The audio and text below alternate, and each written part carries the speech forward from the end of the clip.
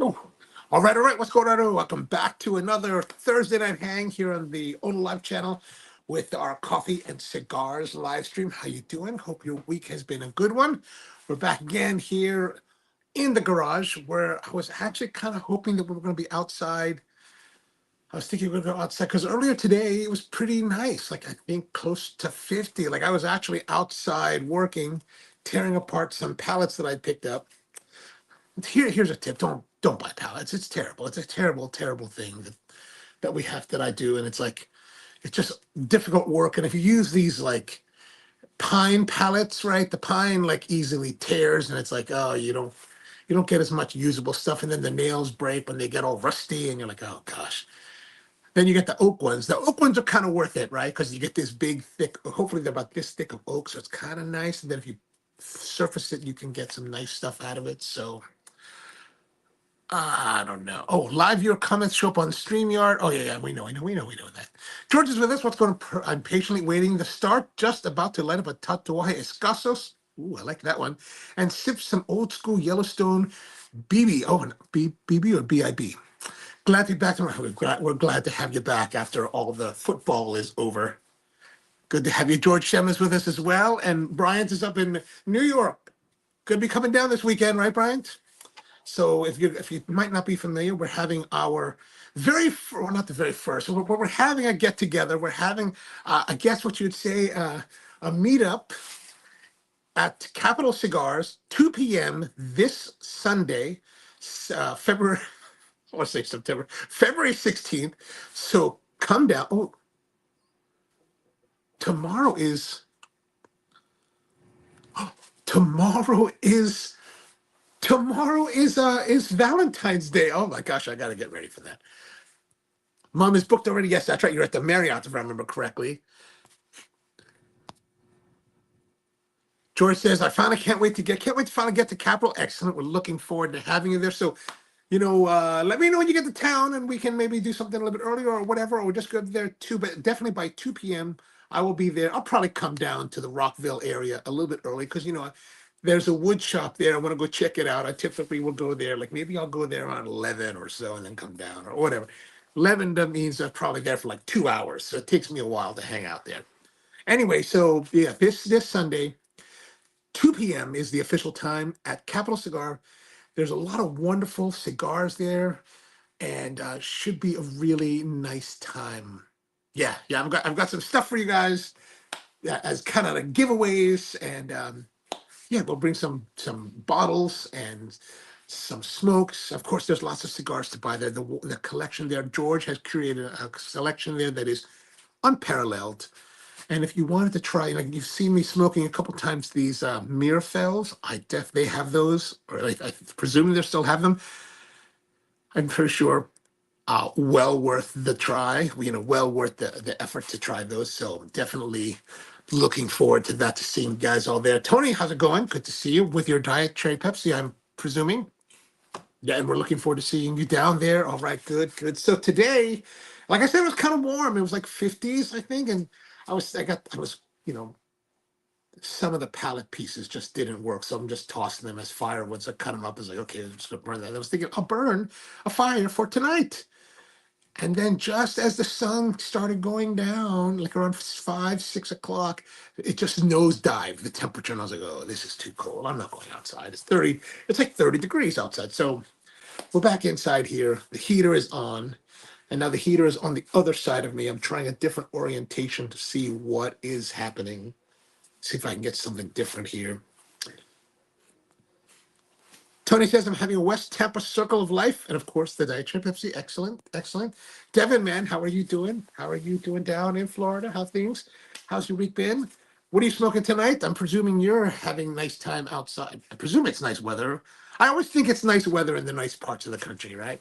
George says that I'm bringing a special cigar for our visitors. Oh, and of course, some sippable. Oh, beautiful, beautiful, beautiful. Hey, George, I got a question for you. I'm going to message you later, but I found this guy that has this tool in Arlington, and he's got it. I was wondering maybe you might be able to meet up with him and get it, and then bring it with you. But well, I'll message you tomorrow morning about it anyway to see if that's possible. Rusty's with us. What's going on? Rusty's coming down on Sunday as well.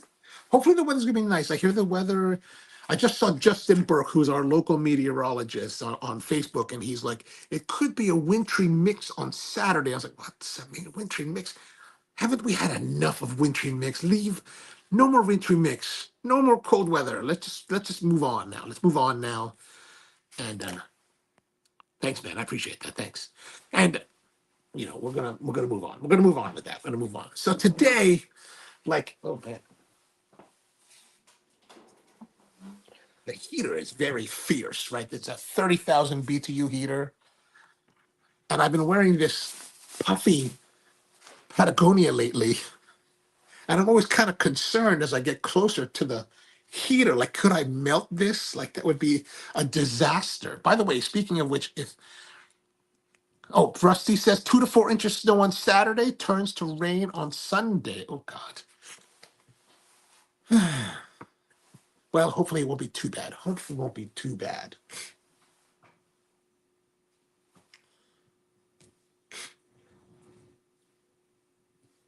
But yeah, I always worry about melting, right? Like, and here's something there. If you're here, if you're like, since I know Brian's gonna be here for a while, I don't know if this is true of the location down in Washington D.C. Like, there used to be a Patagonia store in Georgetown that we used to go to many, many years ago. I think it's still there.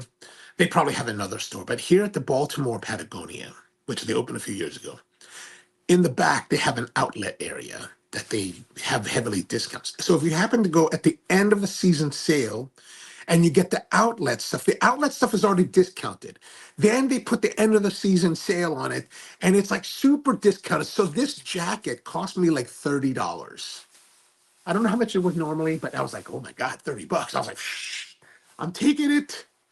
So if you're interested in Patagonia stuff, like one year I went kind of wild, like maybe like 3 years ago, and I went a little bit too crazy. And I still have a fleece that I've never worn. It's just sitting there packaged. And I was like, I need to wear that. And now I'm like, no longer, I'm no longer the commanding presence that I used to be. And so, like, everything's kind of loose. Like, my pants are loose, everything. My shirts are loose, my jackets are loose. It's really kind of distressing. So I don't know. I don't know, man. I don't know. Devin says private box again, smoking the Pepsi. Oh, nice, nice. Good stuff as always. Weather is great. Lovely, lovely. George says you're going to get roasted for getting more clothes. I probably will. I probably will.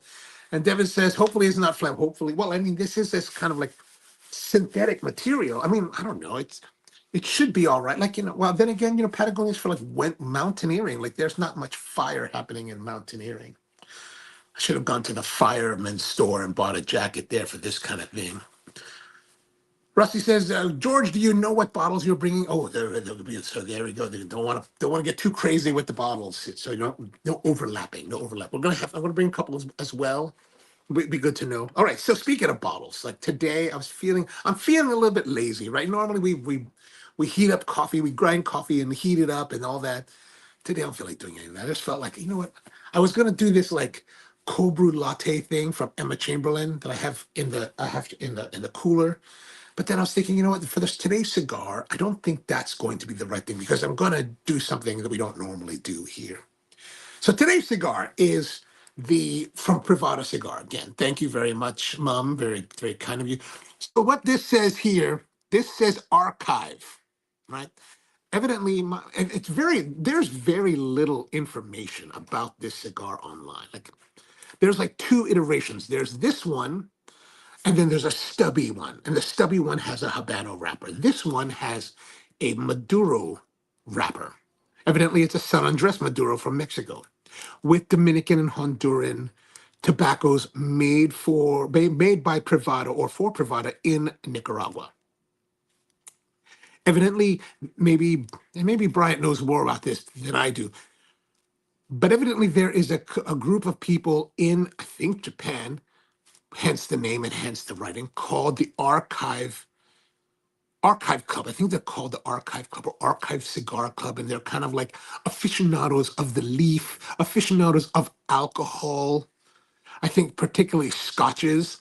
And what they do the barrel buys because they're so hardcore. These Japanese guys, they get all like into it, and they're like super technical. So they buy these barrels and they drink them.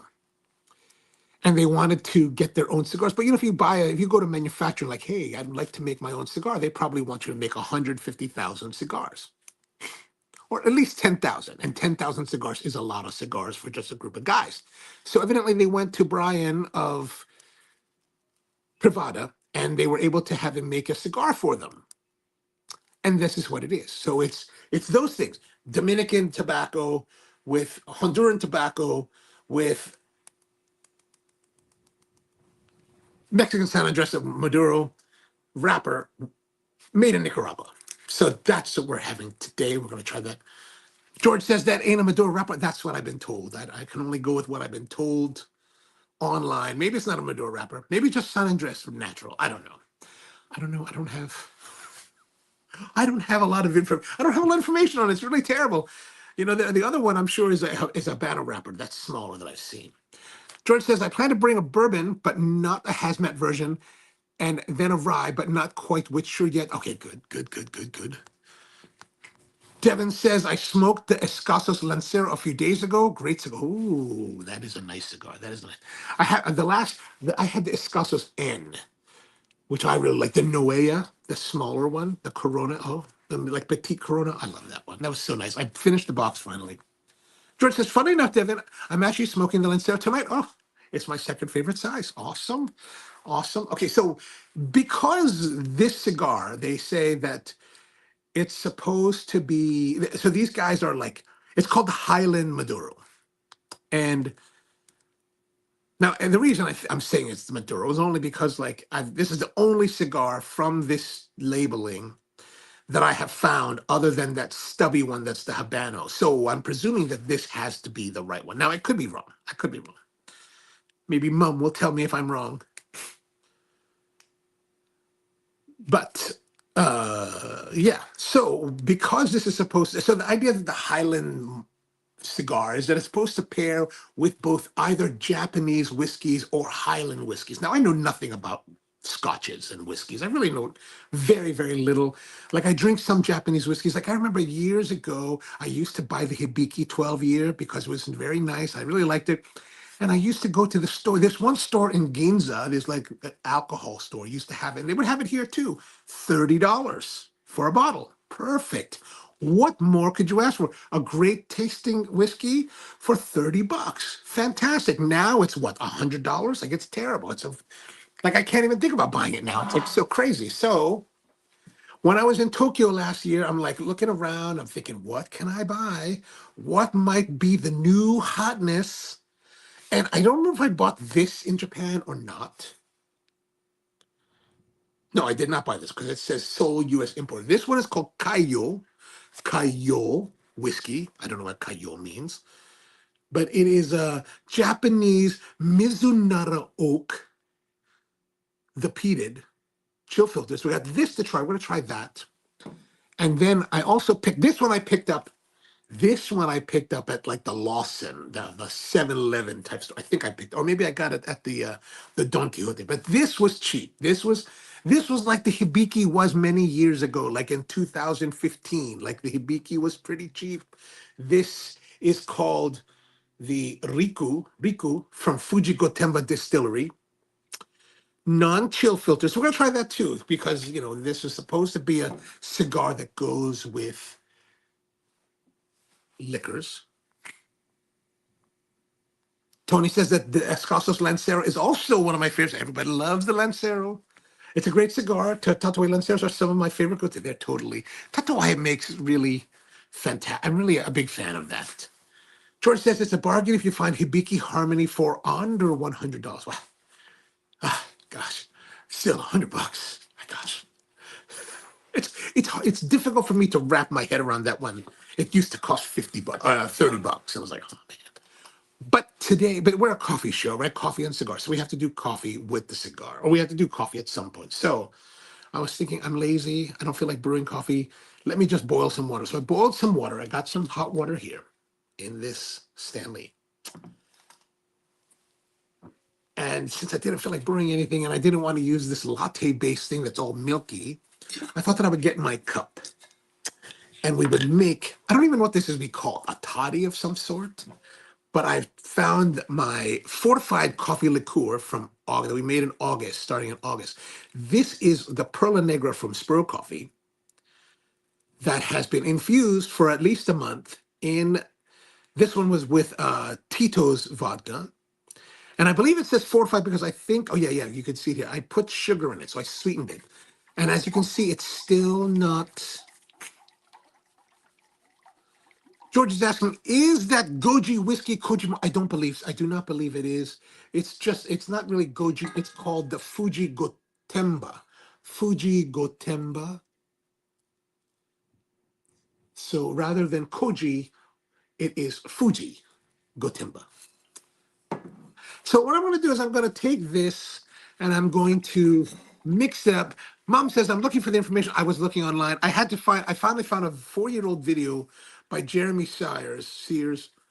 He's got this after-hour channel that he does cigar reviews, where he talks about this cigar briefly, and that's basically where I got all the information I just parlayed to you from about this. So, and there's other stuff out there, but it's very, very sparse. And the other ones I found was like the Habano Maduro, and then there's really not much anything about the this archive cigar club that's in Japan, supposedly in Japan. Like, now that I think about it, I probably should have gone to Google Japan and put in the kana to search for. Sometimes I'll do that, and I didn't think about it until just this very moment. Okay, so I'm gonna open this up.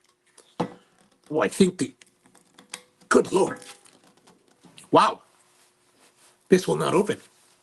I think the sugars have sealed it. I'm gonna have to pry it open just a little bit.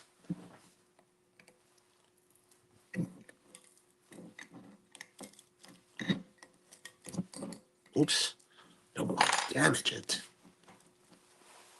Okay, there we go. Oh yeah, the sugars are definitely in the threading. Oh yeah, look at that. Ooh, actually, that's kind of nasty. Let me get some papers.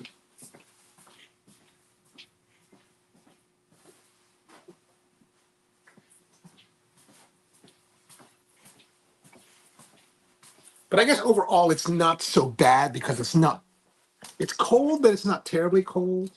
Like some of the nights we've been out here, it's been brutally, brutally cold. I'm just going to get some hot water to clean off the top there.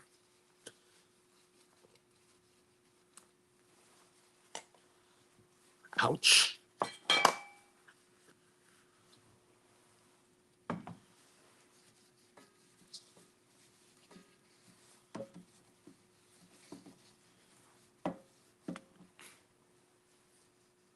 Oh yeah, it's like Black Death on here. Like, good Lord, hope that's not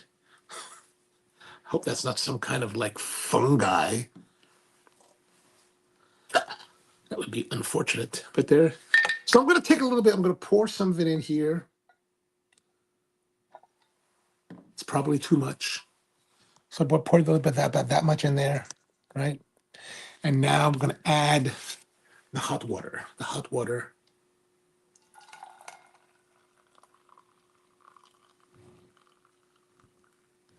Doesn't pour very well. So this should give us like I guess a toddy style call. Do you call this toddies? I don't know, man. I don't know.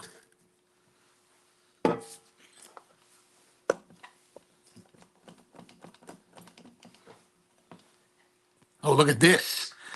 Eric Lenhart is with us. That looks like a Swisher Sweet. That's not right. That's not right. That's not right. And do you have a Festool bottle? But you think you're making fun of me, but you don't realize that I do. And it looks like a sustain. It looks like it actually looks like, it looks like this. This is not it, of course, but it looks like this. It's got a little cutout here that you pull on your caps. So yeah, I do. I do. Suck on that, man. How was your trip to Italy, man? How the snow looked pretty, the skiing looked pretty amazing.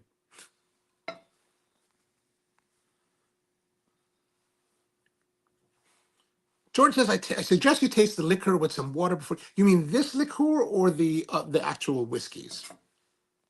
With some water? Is that used? It is. It is. It is. It's totally. All right. Oh, it's got a nice, actually sweet aromatic on the nose.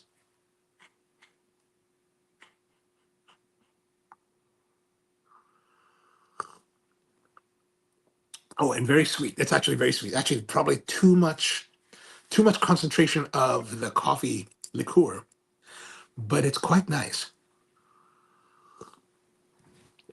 You know, this reminds me. This reminds me of Glühwein that I would get in Germany at the Christmas markets. The Glühwein. If you're not familiar with Glühwein, oh, that's what I forgot to do. Whoops.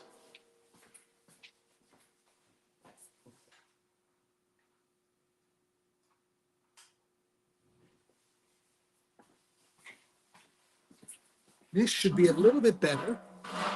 I was kind of wondering why the lighting was a little bit weird.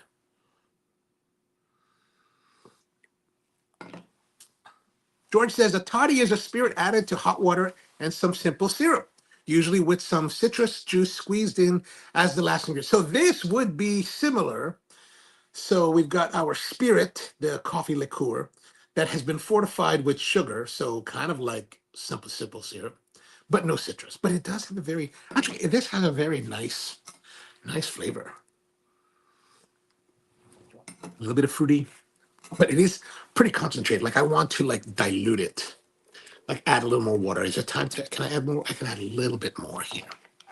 I can add a little bit. I gotta say this Stanley, these old school Stanleys work pretty darn well as far as maintaining temperature. And I'm just topping it off now, which I think will give us a good balance. Eric says that I need to try a Bombardino from the Italian Alps. Yes. Well, send some my way, my friend, and I would love to try it. We missed you, man, because we were supposed to have our what happened to the tough guy? Eric every year usually hosts something called the Tough Guy Challenge. Basically, it stems from his time living in Connecticut where it's very cold. So Super Bowl morning gets a bunch of guys together and you're outside in the weather smoking cigars for as long as you dare. Since he moved back here, there's been a few years where the Tough Guy Challenge wasn't so tough because it was fairly mild.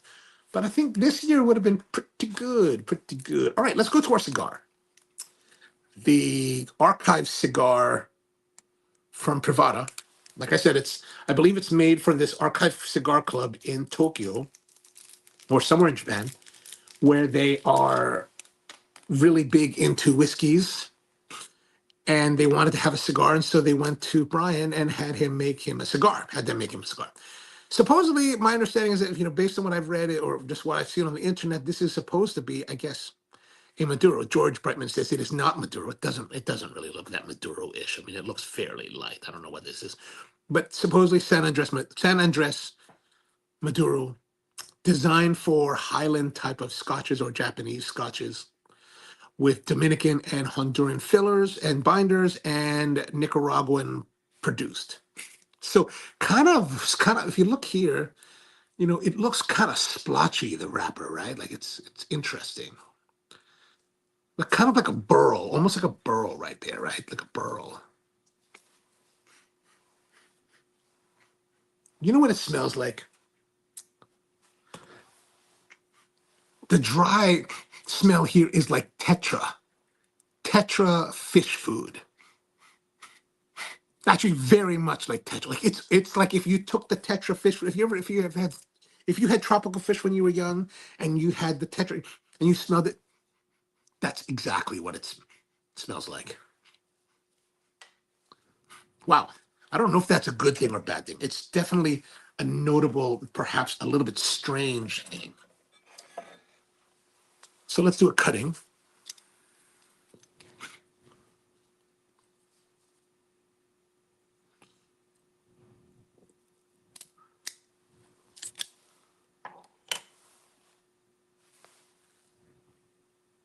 There's the cut.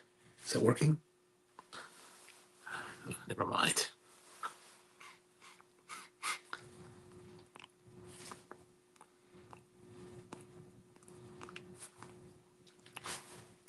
So as you pull the cold draw, coming across the tongue,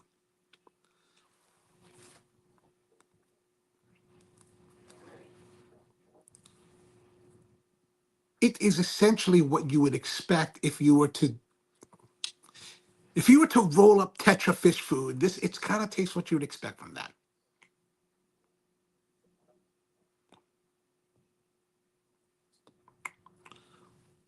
Interesting.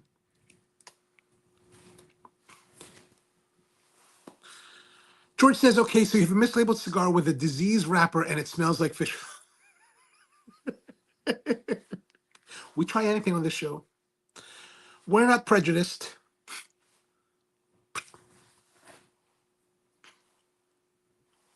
Okay, so it's strange. Tetra. That's going to be part of my notes. Tetra fish food. The fragrance, cold draw.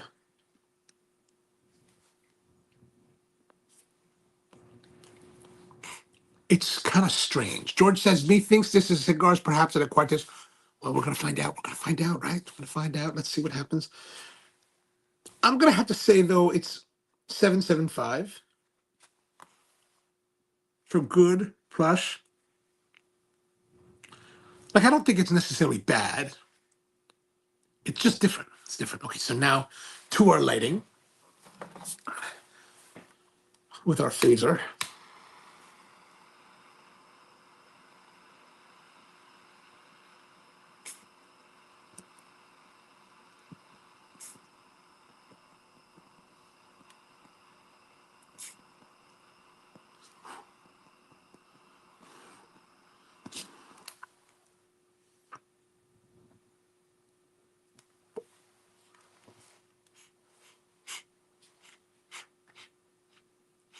There is definitely a different kind of aroma to this cigar.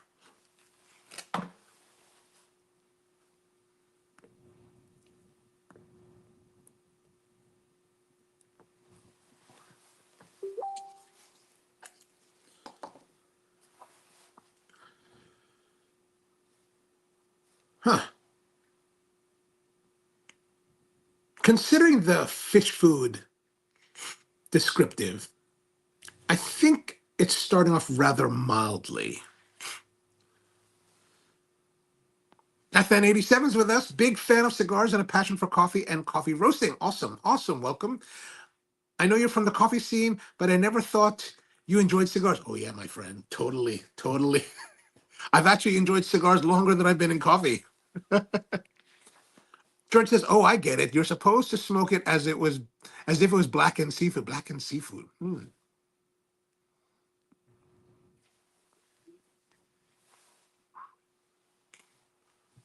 Now that you say blackened seafood, it gives me that kind of impression that maybe it has a blackened charness to it. It's interesting.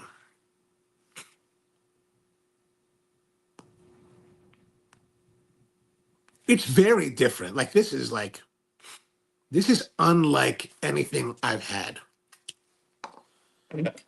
and it's not necessarily a bad thing. Okay, so let's see here. Let's try this Cayo.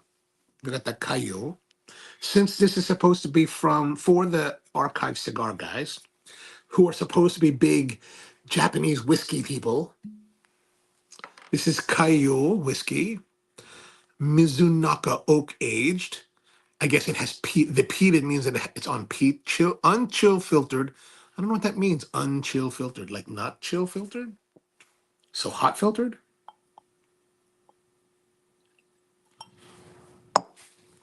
Just all alcohol tonight. It's terrible. Yeah, I think well, this coffee is actually a toddy style thing that we made from our own fortified coffee liqueur, using a coffee that the Mears family in Honduras makes for me. Ooh, I get like apple cider. I don't know if I'm supposed to get that.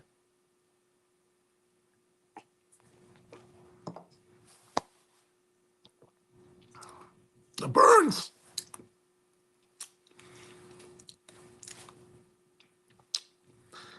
That's quite nice, actually.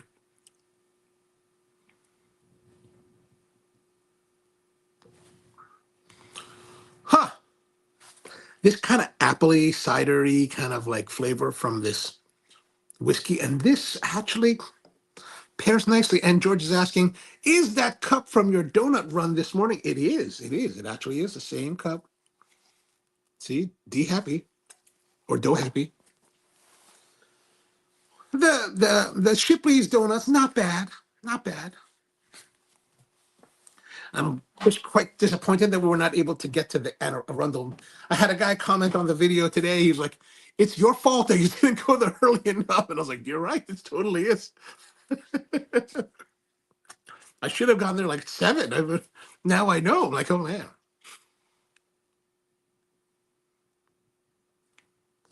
Yeah. So in case you're wondering what I'm talking about, like those, if you didn't see this morning's stream, this morning on the coffee Q&A, which is a daily live stream that I do at 10 a.m. every morning on the main channel. Every once in a while, I'll go on the road and visit different coffee places. And today I wanted to go check out a place that one of my friends, Kathy, has always been telling me about. She's always been like, "This is the best donuts." And I'm like, "What? Best donuts? Really?" Place called Arundel Donuts on B&A Boulevard down in Arnold, Maryland. And opens at 5:30. The official hours are 5:30 a.m. to 11:30. So I got there at 10 a.m. because that's when the live stream was supposed to start. So I got there right at 10, sold out. I was like, oh my gosh. And it's like a 45-minute drive from where I live. And I was like, oh my gosh, I totally drove down for nothing.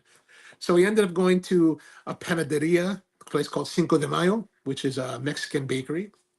Got some pastries there, coffee there. And then one of our viewers was like, Busa, he was like, oh, there's a bikini espresso joint you should go check out down in Pasadena. And I was like, well, let's go to Pasadena.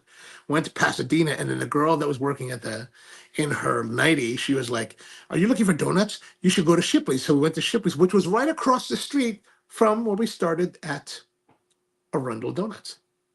So interesting kind of circle of life experience.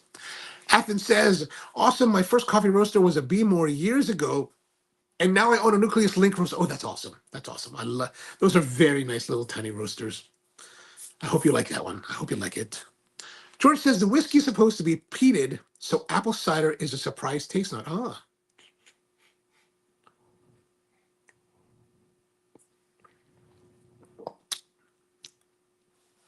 I get the apple. Well, at least I had apples. Apple cider. Although maybe now it's a little bit different. I don't know. Don't use me as a. I'm definitely not the right person for whiskey evaluation.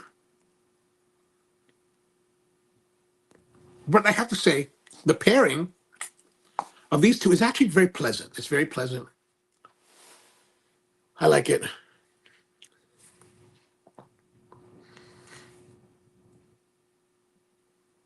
Actually, I'm thinking that perhaps the cigar makes more sense. Like it's an odd flavor. It's a different flavored cigar. Maybe it makes more sense when you have it with whiskey. Like maybe this is, since these guys are big whiskey and cigar guys, maybe this is what they were trying to do. They were trying to find a cigar blend that would maybe it only makes sense with whiskey. This is my early guess.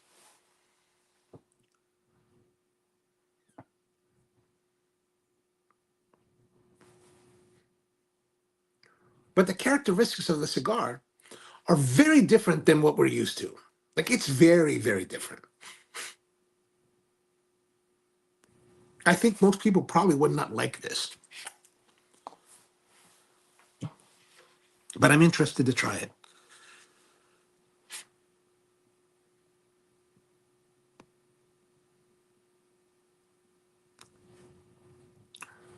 Like if I breathe in a little bit of it,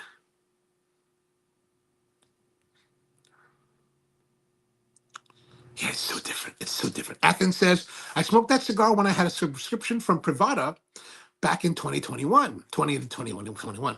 And I remember liking it a lot. Oh, all right. The reason I got this is because, Mom is also a member of Privada for many years. And he was like, very kind. He was like, I'm going to send you some cigars. And I thought, okay, cool. It'd be awesome, man. Maybe like 4 or 5 cigars, whatever. And then he sends me this boatload. I was like, oh my gosh. And I was like, oh, there's a boatload of cigars here. So we're kind of going through some of them. I haven't actually smoked any of them outside of the show yet. Now we've done about 4 episodes now with them. They're really interesting cigars.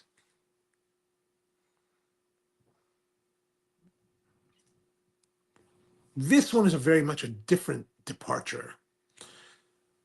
And I know you said you like it after. I don't know where I think about this yet. It's just it's very unique. So if I think about something that I think is quite unique as well, it reminds me of the Mire, which was one of our highest rated cigars ever on this show. And that is distinctly different than other cigars, but it's also very much an experience in line with what I hope to have in a cigar. This is as different as that cigar from the regular norm, but in a completely different direction. Like if the Mire is going that way, this thing is going that way. And you're like, what is going on with this thing?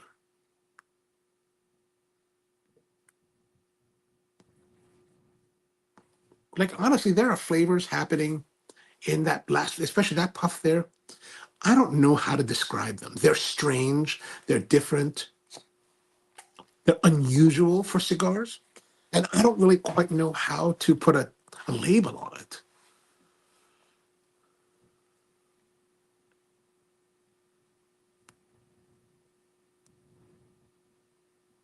Like, it's very different.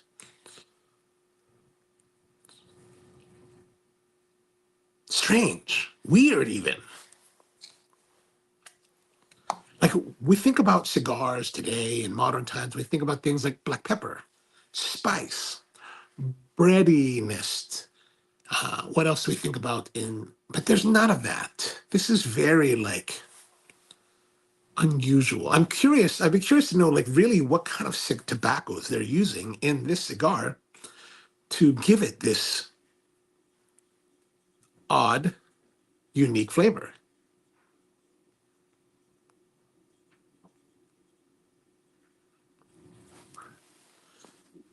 George says, for information, interesting use of description that tasters pull out when they don't want to say. No, but here's the thing. If I hated, I would be fine with saying that. Like this morning on the live stream, I didn't like the coffee, and I don't have a problem saying that. I don't have a problem saying that to anyone. Like I'm not afraid of anyone especially in the coffee in the cigar industry. I have no way.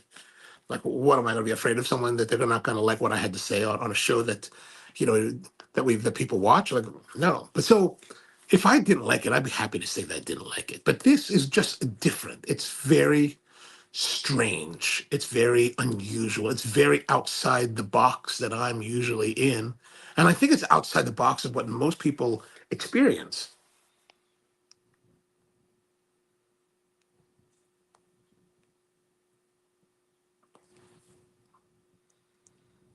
There's a pleasantness to it. Like it's not like some like a cigar that you have that would be pungent and offensive and like just not enjoyable, like bad.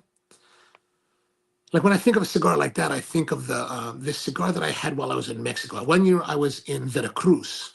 We were on a coffee trip, on a buying trip, and we were visiting. We were in Veracruz town, and I was walking around, and there was this dude selling like little puritos cigars. Looks more like the De Nobili Toscanis, right? Really like cheroots, like really rough looking cigars. And I was like, you know what? This is a local cigar. Let me try it. So I bought it and it was dog. It was like dog shit. It was terrible. It was like the closest experience I've ever had to like smoking dog shit. Like literally the taste of poo. And I was like, I was like, no thank you. No bueno.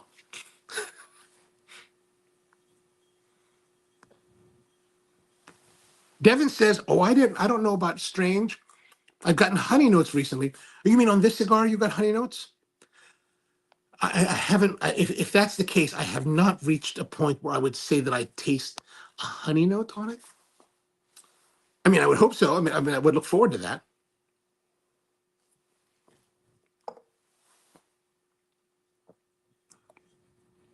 A little more of the Cayole.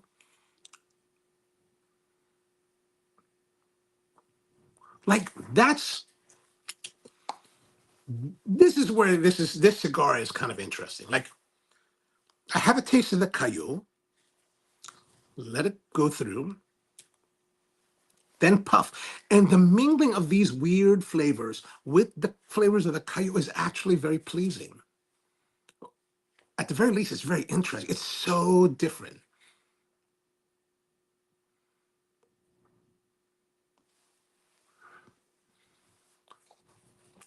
Devin says, I bet the apple cider is coming from the Mizunara oak. That could very well be. That could very well be.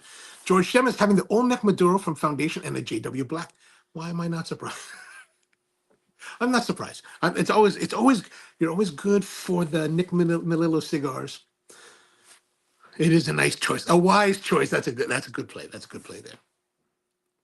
Devin says it was from the Foundation Senator, if I remember correctly. Ah, okay. The Foundation Senator.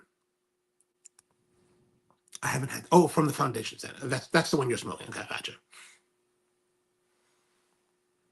Okay, so I finished that last sip of the Cayole,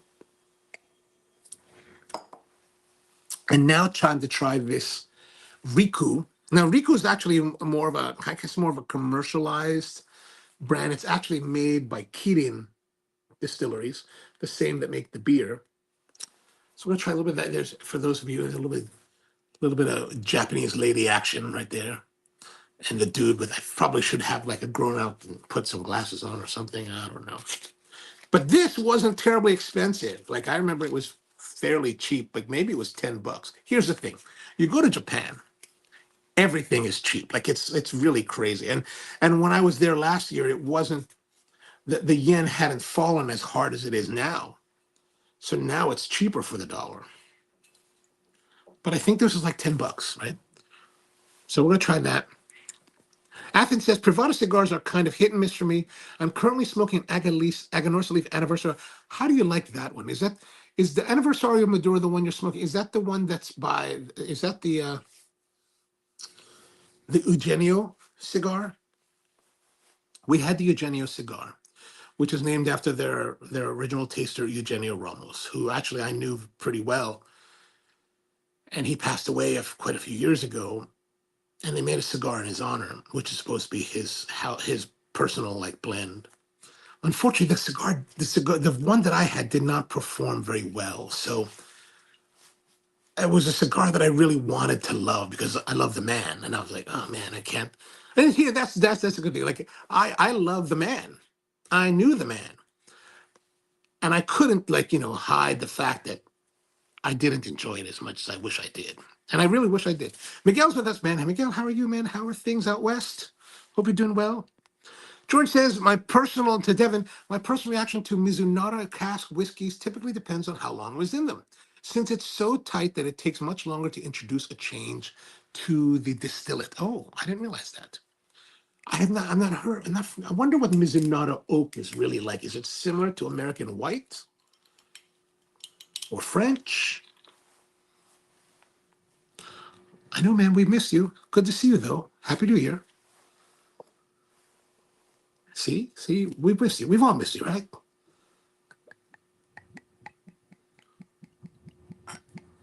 Okay, so this is the Riku from Fuji Gotemba Distillery by Kirin. Where is this? And this one you can tell I picked up in Japan because it is fully in Japanese. There's no importation information.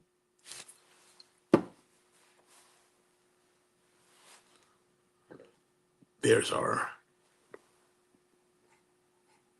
Oh, this is a little more familiar, right? This is a little more caramelly, a little more depth, more vanilla.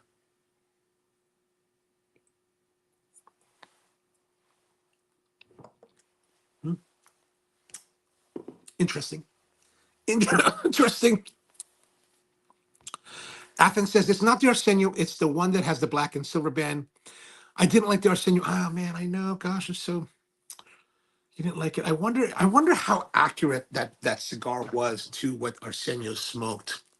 When we were at the factory the one time with Arsenio, he was letting us smoke a bunch of components that he was blending together. So we didn't try whatever cigar he made for himself. Perhaps it's one of those things where he's just such an advanced palate that charlatans like myself are not capable of understanding. George says that Mizunara is very different from either American or Limousin from France. It is very closely grained. Ah, okay, okay.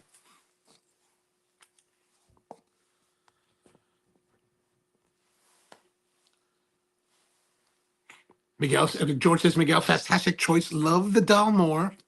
Oh, there we go. They're smoking the My Father Flor de las Antillas Toro, and my adult beverage is the nice, nice, nice. So this one,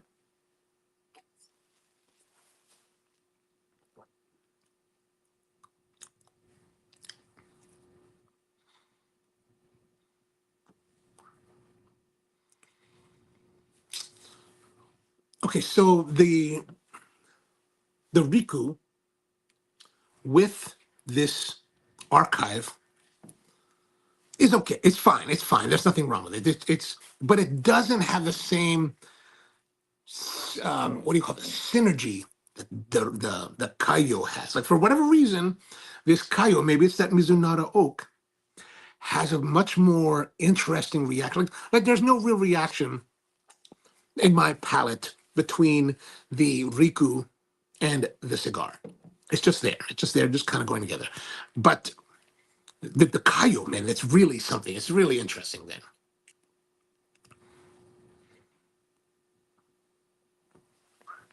George says, Arsenio smoked gangster cigars he blended for himself.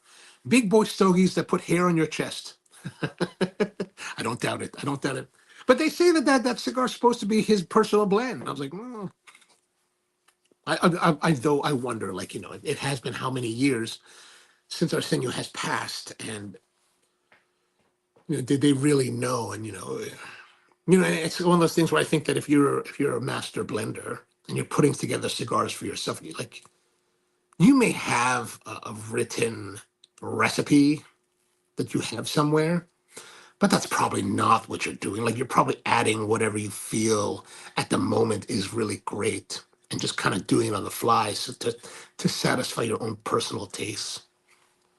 So I think probably then it becomes very difficult to try to recreate that, right?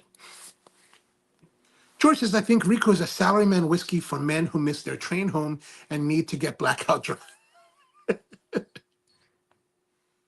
Usually they're blackout drunk. They usually miss the train because they're blackout drunk. And the crazy thing is, you walk around in the morning, like I mean, like not like 6 in the morning. I mean, like 9, 10 in the morning, like in Ginza, where I typically have been staying recently. You walk around, and like there are dudes asleep on the sidewalk, like they're just passed out. So man, I'm like, it's bright ass day, and this guy is still passed out.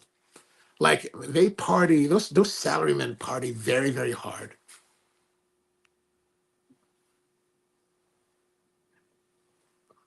Oh, oh well, there it goes. There it goes. George says it's a tribute cigar, an accurate blend from his personal recipe. I believe it. I believe it. But I think that in this case, the Cayo goes well with this. The salaryman cigar goes well with the aficionado cigar, whatever this is supposed to be.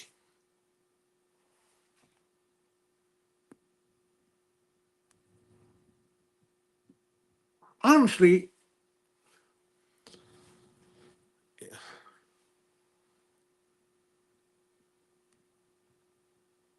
here's the thing. So combustion is fine.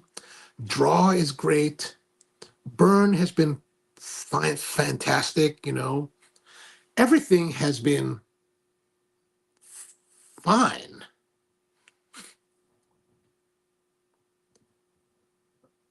But actually, I'm at a point where I don't really know how I should score it. Like, it's good, which is probably the score that I should give. Yeah, that's it. That's it. Well, first third, I'm going to say it's good, 7.5. It's kind of light to medium bodied. Body wise, I gotta say it's very good. So I'm gonna say 8 for that. So it's such a. But here's the thing: it's like it's such a different, strange cigar.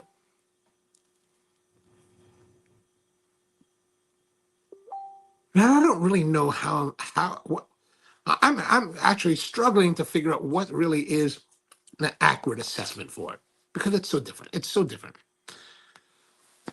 George says that Riku is a liquid courage for karaoke shy performers.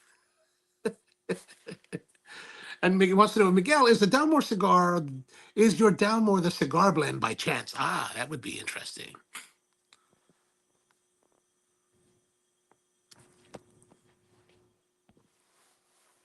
How about with the coffee? We should go back to the coffee, which is still very hot.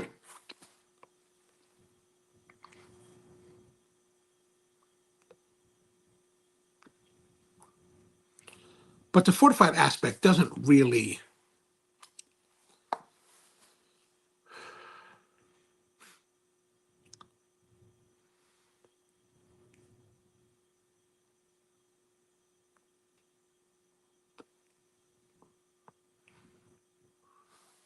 Ah, it is the cigar blend. Oh, how is? I wonder how that is. How is that? But I have to say that even though that the Cayo is the salaryman's thing,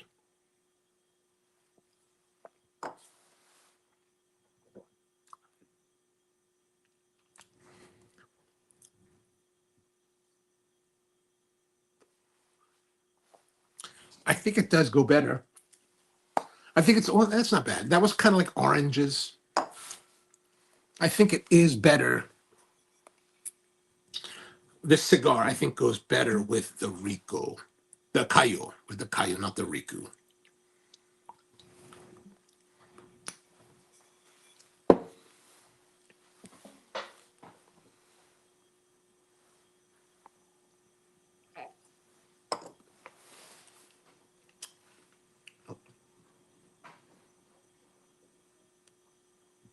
Which makes it's much more interesting that way. The two together are definitely much more interesting.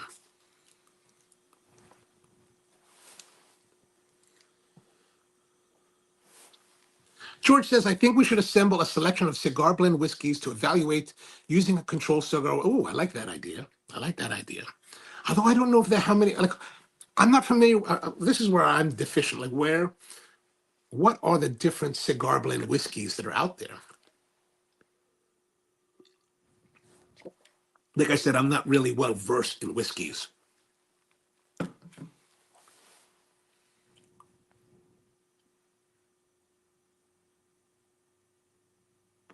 So, how was your guys' week?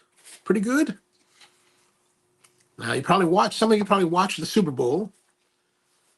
I was at Bud's place watching the Super Bowl and was wildly, I was really surprised. Like, the Eagles really spanked the hell out of the Chiefs. I was like, wow, that's really significant. Like, I mean, they got to what, 40 points? I was hoping they would actually get to 50. That would have been really interesting. You know, if you see if you didn't watch the game and you only get see the end score, it's like something like 40-22 or something like that.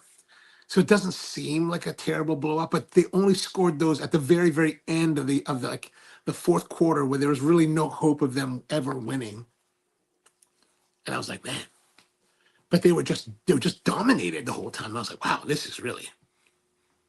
I don't know what they did. Well, I mean, they had a they had some people on their side, I guess.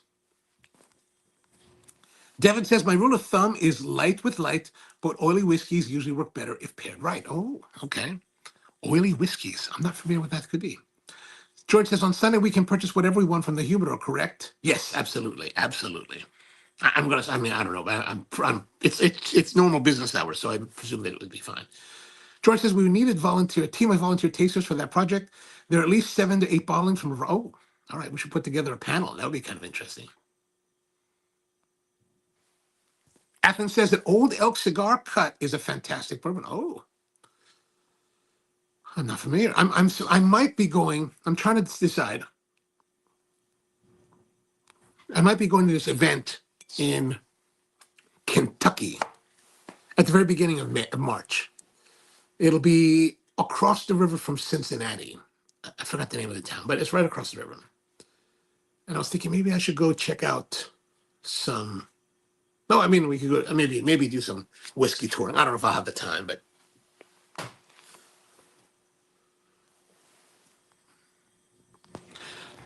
George says that George wants certainly, but I've been trying to arrange some very special. Ooh, very special, very nice. Miguel says he's trying to ration the Dalmore cigar mall. As you should, as you should, as you should. And Covington. Oh, Covington. Okay.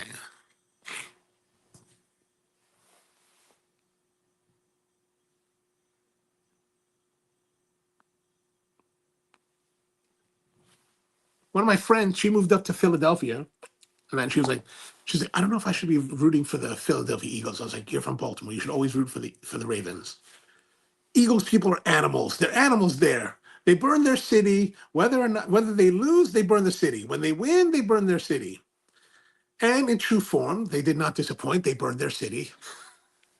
I, I found a clip. They were like, when the people are rioting, it's like, oh gosh. I get it when you lose, but when you win, do you need to riot and burn your city? I don't understand. Rusty wants to know what time is Capitol closing on Sunday? That's a good question. I don't know. Probably about 10 p.m. Oh, so we should have plenty of time. Plenty of time.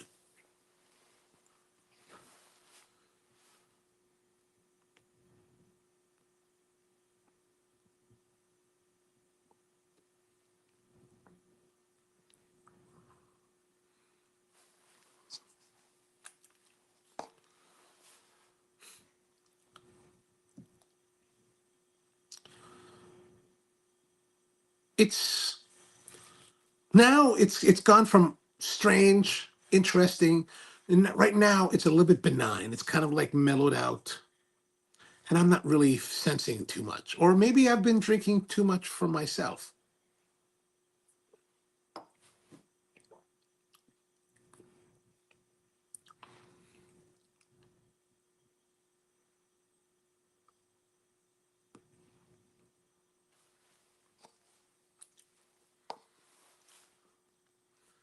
I mean, I have nothing here that's non-alcoholic. Athens asking, do you have Instagram? Yes, it's Ono Coffee, Ono Coffee, Coffee, with the number 4. That's my Instagram. So feel free to message or follow.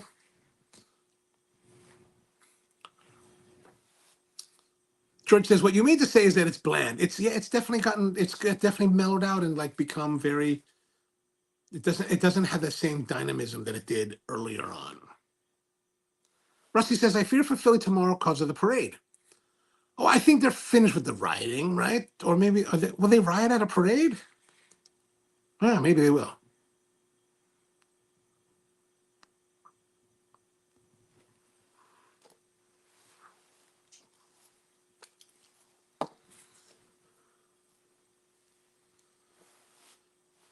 They could.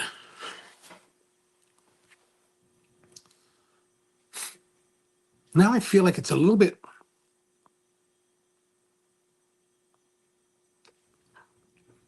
now I feel there's a little bit of saltiness. Kind of like how there's a little bit of salty residue or saltiness to like a Speyside, like the Speyburn Speyside. That's kind of the salty character that I'm tasting now.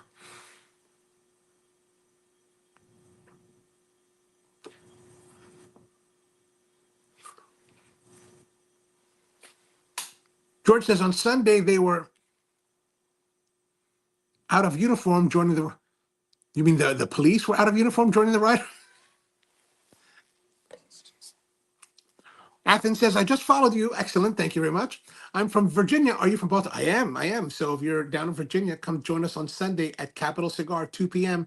We're having our coffee and cigars gathering at 2 p.m. And we're going to have a bunch of guys getting together, smoking cigars. They have a great selection at Capital if you haven't been there yet. And including some of my favorites like the Mirfels are there to try, as well as a wide range of Tatuaje and Davidoff and my father and pretty much everything in between. George is the one that's been curating their collection, and it's truly, truly impeccable stuff there. George, did you get the La Maestranza from Roma? I've only had one from that day that we did it here on the show, and I have been thinking about having more just for my own personal enjoyment.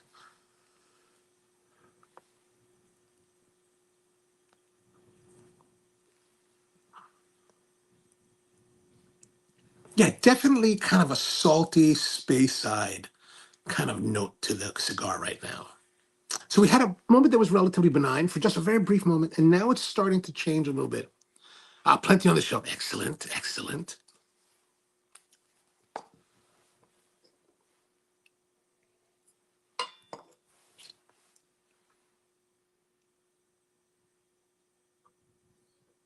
I have essentially run out of Roma Craft.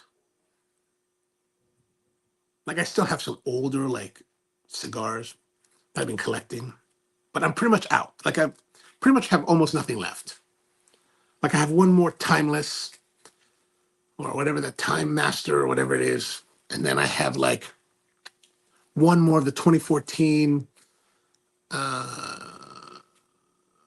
What is that called? The 2014, the La Campagna de Soberana. And then I think I have a box of the 2019 La Campagna de Soberanas, and that's it. And that's it. That was everything. I was like, oh my gosh, I'm totally in trouble now. I haven't seen Revengers in a year now. It's very distressing. George says they're estimating 750,000 people will show up for the, wow. Okay, tomorrow is not the day to go to Philly.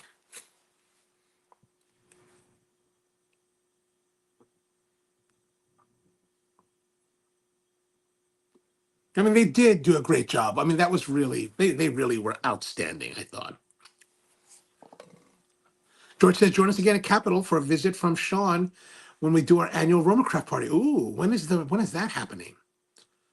Gosh, it's been a year already. That was last March, wasn't it? Oh, my goodness. Oh, yeah, March 13th. There it is, March 13th. If I go on that trip to Kentucky, I should be back by then. The event that I'm on, one to attend is March 7th and 8th.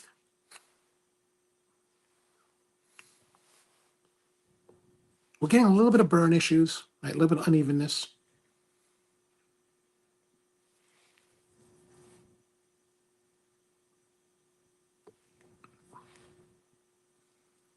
We're back again. So while it was a little bit bland for that moment, then it transitioned into this kind of saltiness.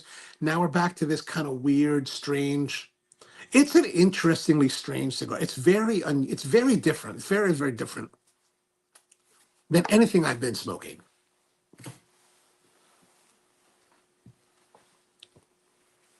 But it is burning a little bit uneven.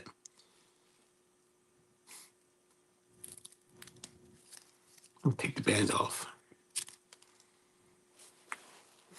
Oh, now I'm a little bit nervous. We're only at an hour 4. And I feel like we plowed through this. And I didn't actually start this till we're almost 25 minutes into the show.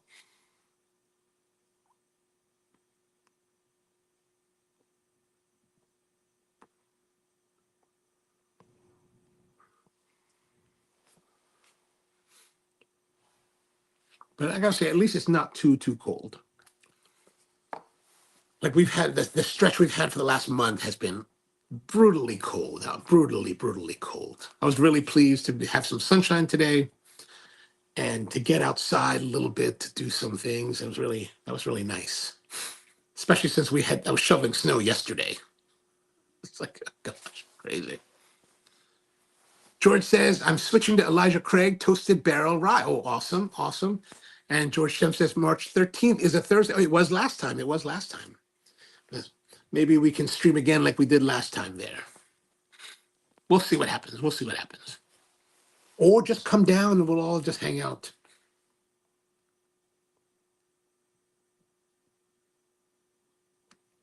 It's interesting because, like, Capital from where I live is probably an hour, 20 minutes to drive there. But this past year, we haven't, like, my friends and I in Baltimore, we have not had a home cigar shop for quite a long time since our main cigar shop closed. What, Tony, the shop closed in what, 2019? Is that right? October 2019? So we've been kind of nomadic for quite a long time. And even though that the tobacco leaf in Jessup is kind of closer, is half the distance or half the drive time, about 40 minutes from where I live, for me to get there has been rather difficult. But my schedule over the last year has kind of brought me down to Virginia quite a bit. So I've been to Capitol more than any other cigar shop over the past year than any other ones. It's kind of interesting. And I think it's a really nice, lovely place.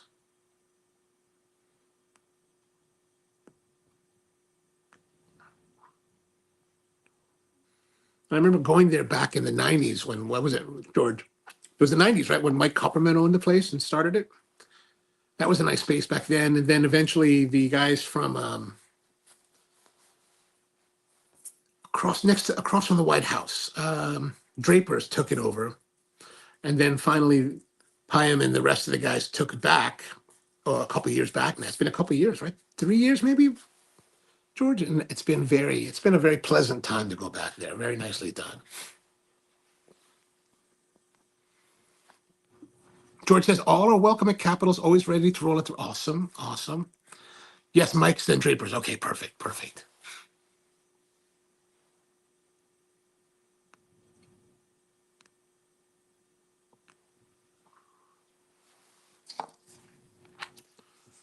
So I'm finally starting to make my own. I've started to finally make the projects that I've been preparing for, 3 years, okay, here at the wood shop. And I'm making these, like, I'm building a bar out of a live edge white oak slab that fell on my friend's property about 3-4 years ago. So he gave me this big slab. It's like about 2 inches. It was 2 inches. We milled it down to about 1.5 inches. And it was 19 feet long. And so I was going to use it all as one big long bar, but that has changed now. So I need to, like, cut it in half. Well, not cut it. I'm going to cut into 8-foot and 10-foot sections, or 8-foot, yeah, almost 10-foot sections. And then I'm going to make them into 2 separate pieces. One's going to be like a bar height top. The other one's going to be a table height top. And I'm working on the table side part of it now. And if you're familiar with this thing called the Krenov sawhorse, it's a very specific looking type of sawhorse that uses mortise and tenons to put together. And I was planning on building one of those. Like, I have some plans here that I can show you.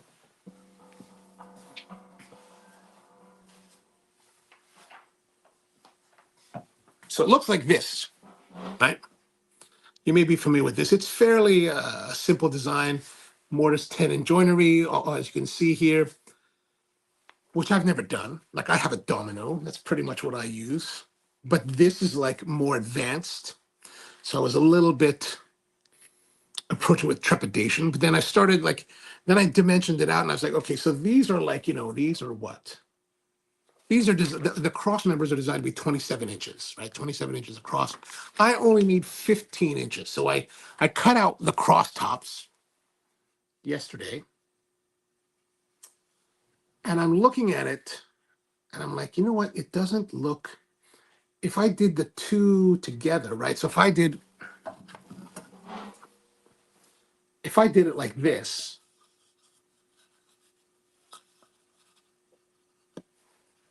right? If it did it like this, I think this looks weird. I think it doesn't look right. it looks too bulky for how short of a span that it is. So I'm now thinking, and my plan now is to change the orientation and just go, instead of double leg, just go single leg like that. And then kind of like a matching bottom with a notch with these, the bottom here is notched out. I think this is going to be a little bit more elegant looking. What do you think? George says it looks Japanese. It kind of does. It does have that Japanese flavor, even though Krenov is not Japanese. And the Krenov style, it doesn't have this flair to it. But I started cutting one of them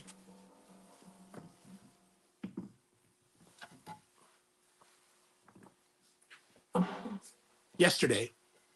So the tenons here. So this is tenon. So the idea is that it's going to go like through tenon joinery, right? So it's going to go all the way through, like something like that.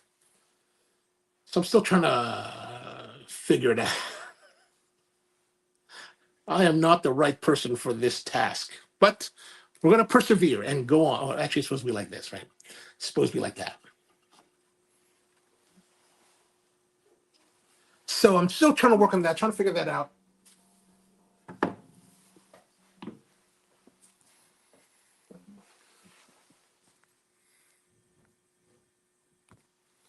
Eric says, have you had any good chili lately? I had some chili the other night at Bud's house. Nice and sweet, you know, nice and meaty, a lot of beef. Eric says you should call your new coffee shop Live Edge Coffee. Oh, that's a good one. I like that. Brian's with us. What's going on, Brian? How are you? And Steven's here. What's going on, Steven? How are things down in Phoenix? George has to bounce. Oh, got to bounce already. Going to wrap it up and go inside. Well, good to see you, my friend. See you on Sunday. Look forward to it.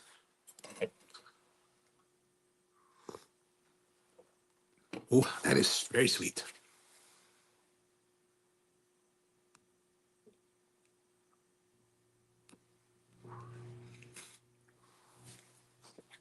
Definitely see you then. Definitely see you then.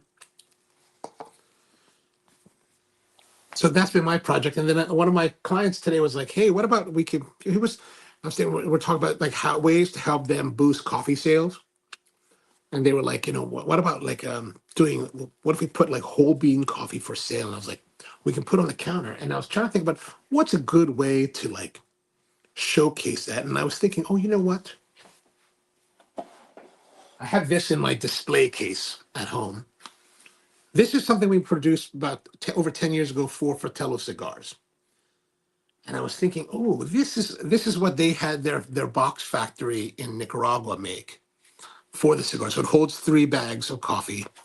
And I was thinking, oh, that might be kind of nice. So I pulled it out of the library and I was like, okay, let me work on templating this thing.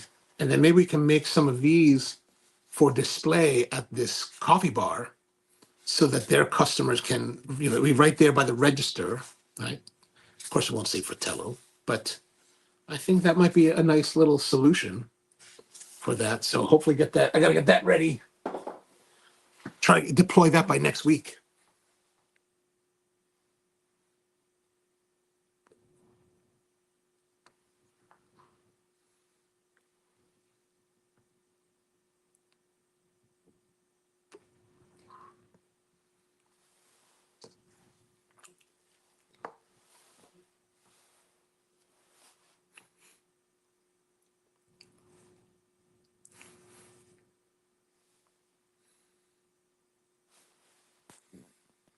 George says you should use that form, but cover the wood in burlap from the new bean bags. Oh, that might be kind of fun.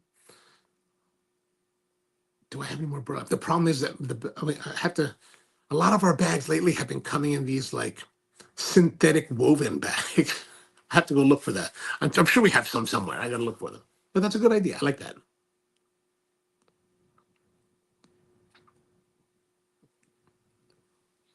What else has been happening? I've been working on. So I needed some. You know, when you're working with a table saw, you got to push the wood through the table saw.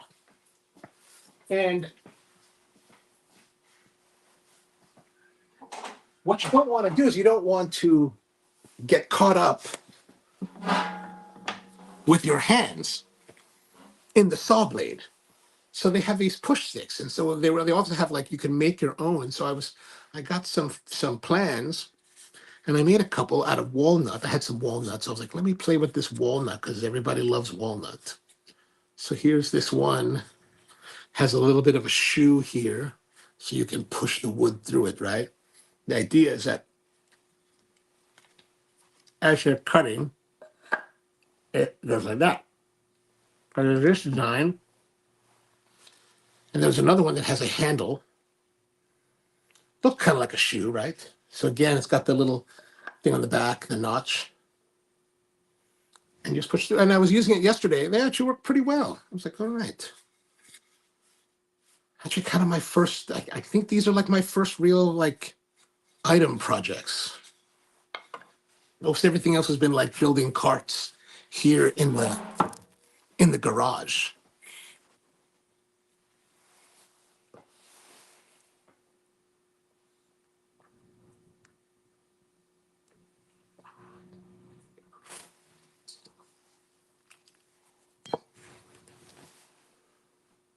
One thing about this cigar is that we've gotten pretty far through the cigar, and it must be fairly light body wise. The body is kind of light to medium or light medium because it doesn't feel so heavy in the room in the garage yet. Sometimes some cigars we've had, we would have to have ventilated by now, but I haven't really felt that we need to. Maybe we're getting close to that, but we haven't gotten there yet.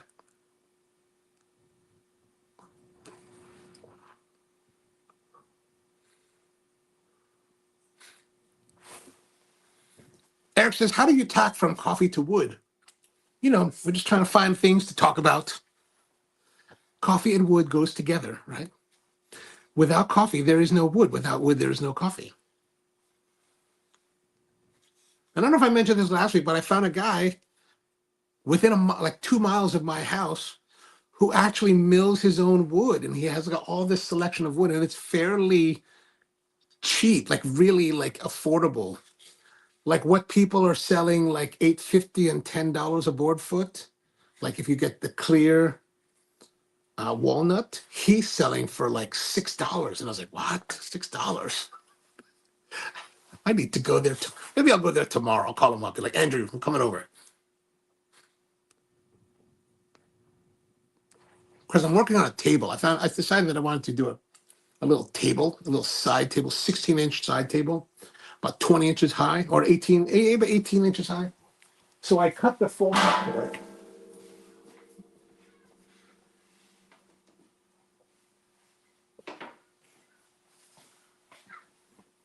So I cut the pattern for the leg, right? This is the pattern for the leg. So it's a 3-legged table. So 1, 2, and 3. So I can take so the idea is you take this and you put it on your wood and then you cut it out. So I was working on this yesterday, I think yesterday or the day before, because you got to get the angles and the sloping correct and nice, and then you can transfer this pattern onto the wood itself. And then you rough cut it out. You use a saw to rough cut around it. And then you use a router to like bring the edges sharp on it. Like that's how I did these. Like this one.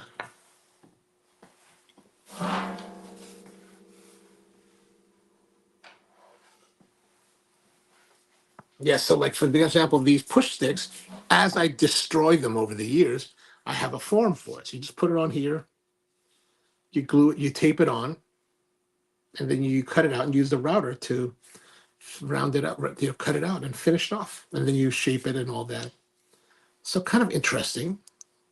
I've been watching a lot of YouTube videos about it, trying to get a better understanding of how it works.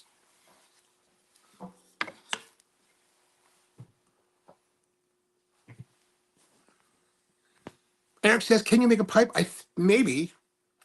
I got to get the right wood, right? The briar. Isn't that right? Rusty says, early day for me tomorrow, so I'm throwing in the towel. Oh, man, good night to you. Have a good night. See you Sunday for sure. Pipes require briar wood, which is more rare. Yes, yes. They have these like special patterns. I don't know much about that. I mean, and, you know, remember that one guy we went to in right by the Duomo in in Firenze. The one that Al wanted to go check out, like that guy, he had some brilliant looking pipes. Like, so we were in Italy back in, was it 2014 or 2015 or 2016, something like that. We were in Italy. We went down to Florence for the day. We were staying in Bologna. We went down to Florence, and one of our friends who was with us, Al, he's a big pipe guy, and he's like, I heard about this pipe guy right by the Duomo. I was like, let's go check it out. So we're down by the Duomo, and we went to this pipe guy shop. Older dude, all by himself in this little shop. And really, like, you go outside the shop, and outside the shop there's like a plaza, and there's the Duomo. You're like, "Whoa, there's the Duomo." And so I was buying a pipe from this guy, and I was looking at this one pipe, and it was beautiful. Like, I'm not a pipe guy. Like, I have pipes. I smoke pipes once in a while. Actually, every blue moon I might smoke a pipe, but by no means am I a pipe guy. I don't have that kind of patience for it. But I was looking at this one pipe, and it was really pretty. I was like, "Oh, this is super pretty. I would like to have that." I decided not to buy it. It was $300, but I was like, "Oh, this is really nice." Some people are just masters at their craft, you know. Good night to you, Rusty. George says, hard to source briar comes from regions of the Mediterranean where you frequently need to hack your way into a forest to dig up the roots from the mature tree. Oh, wow. So I wonder, so if they're just digging up part of the roots, can they dig up the roots without sacrificing the tree, and the tree can continue to grow? Is that correct? Savinelli in Milan. Oh, I wonder. That sounds like oh yeah, Savinelli. That's a famous maker, right? Miguel says famous pipe factory in Italy is Castello. Ooh. Yeah, this guy was a small. I don't remember that. I would have to ask Al what the name of the guy is, but he was like, Al's really a pipe guy, so he knows all of the like he knows all the dudes, and so he was like, we need to go to this place, and I was like, well, this is some really nice stuff. I have relatively basic kind of pipes. Like I've got a church warden, the long one. The one I always wanted to have was the big gourd, like the Sherlock Holmes pipe. I have one of those with the meerschaum insert. Then I have a couple of the carved meerschaums. And then I have a really simple straight meerschaum, right? The straight one. A friend of mine, Peter, gave me that many years ago. He was like, you should have a pipe. Let me give you this one. I was like, oh, thank you.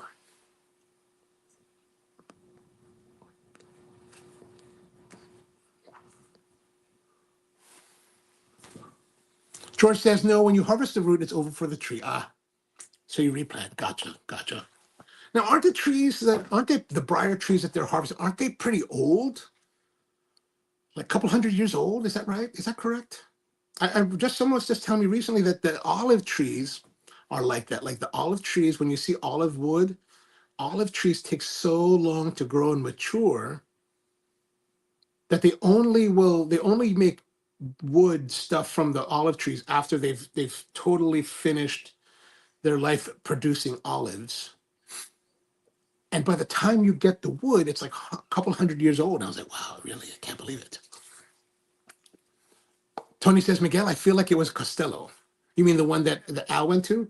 I mean, when you say that Costello was a big factor, it seems like you said Costello was a big factory. It was, maybe there's a bigger factory attached to this small shop, but I felt like it was a small place. But what do I know? I don't know. I don't know anything. I don't know. George says Costello was a former employee of Savinelli. Ah, okay. And the trees are about 75 to 100 years old. Okay, gotcha. Miguel says it's one of my bad, good hobby. Another famous pipe is Dunhill. Oh, yeah, the Dunhill are nice. Who makes Dunhill's pipes? I mean, do they make it themselves? Or are they actually like having their own factory? Mm. Miguel says the Costello won't touch the briar at least for, I guess, so many years. Okay. I mean, I guess that's. You mean after it's harvested, they want to wait so many years for it to dry out? Is that correct? And evidently, for when I was I was watching some videos about these guys talking about aging woods. Like they'll fell a tree, and so what they typically do, as my understanding, is that they'll fell the tree and then they'll cut slabs out of it. They'll stick them, meaning they'll put sticks between the slab layers, and they'll dry them. They'll let them air dry for a while, and then sometimes they'll kiln dry them. But and so they want to bring the moisture content from like wherever it is. I think it's like 30 to 40% moisture, and they want to bring it down to like 8 to 11% moisture, which is an interesting number because in coffee, when you harvest coffee, green coffee is typically about 40% moisture, and you dry it out to about 10% moisture. So when they talk about things like that, it seems very familiar to me because it's kind of what we talk about in coffee. And evidently, though, if you have a big tree, you could let the tree, and so typically you if you air dry the tree, it takes like at least a year, maybe 3, to dry it out completely. But if you don't slice the tree, it doesn't really dry. Like it stays pretty moist in the interior of the trunk. I just found that out recently. I was like, well, that's very to me, that's very fascinating. Miguel says Costello won't touch the briar for at least 10 years. Okay, wow. George says Costello is a premier pipe maker, but his showroom is small. Ah, okay, probably it was then. Dunhill makes their own pipes, but they buy ébauchons from several countries. I believe, am I correct in understanding that ébauchon is like the briar knuckles or knurls, or is it actually like pieces of briar that have been kind of pre-shaped, pre-cut out? Miguel says, and pipe is graded based on the grain of the wood. It can cost a few hundred to $1,000. Wow. I believe it. I believe it.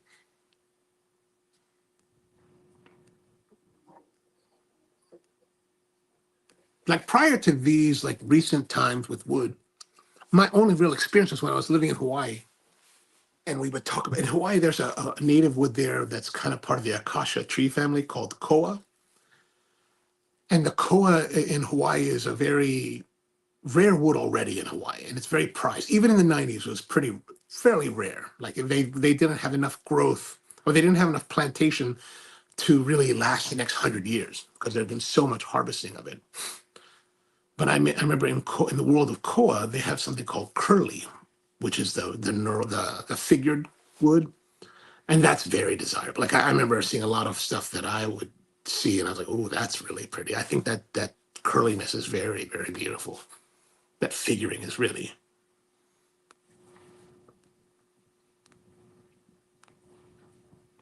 And then as I've been, in this new chapter of learning about wood, it's like you see some of these figured woods, and it's like, wow, they're really stunning, stunning. Like even some of the stuff that I've seen from that guy George Nakashima, like some of the figures in the walnut that he's used is like, wow, that's stunning, stunning. Like, and I went to this one place that had koa in Frederick, Maryland. They just had regular koa. It wasn't terribly exciting. It was kind of like, okay.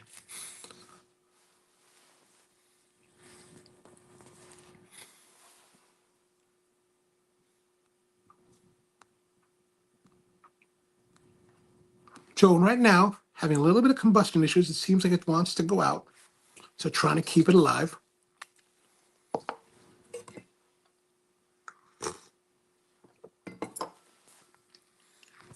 Miguel says it's a rabbit hole. aren't all these things a rabbit hole? Some of the best artisan pipe makers are based in Denmark. Oh, well, the Danish, they're very like meticulous, right?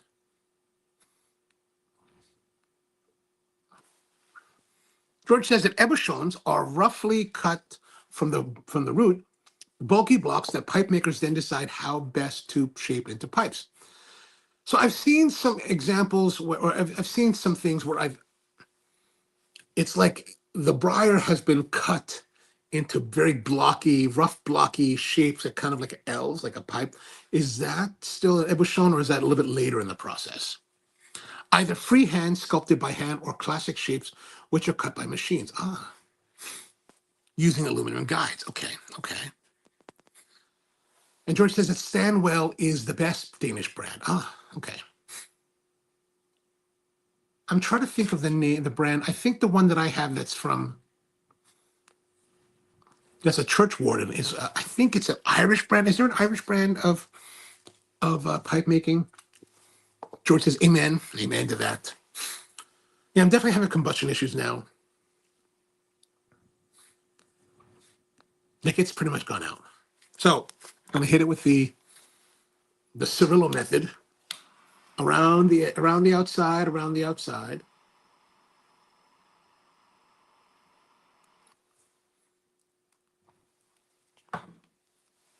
Oh, Peterson. That's the one. That I have a Peterson Church Warden. That's exactly what I have.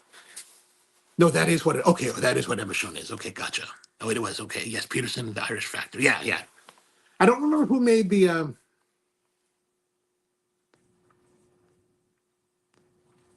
don't remember who made my gourd one.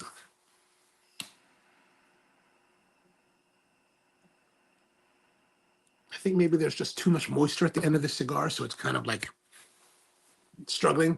George says, although Peterson has recently cut production fairly dramatically. Oh wow, is that because like is pipe enthusiasm been waning? Is that?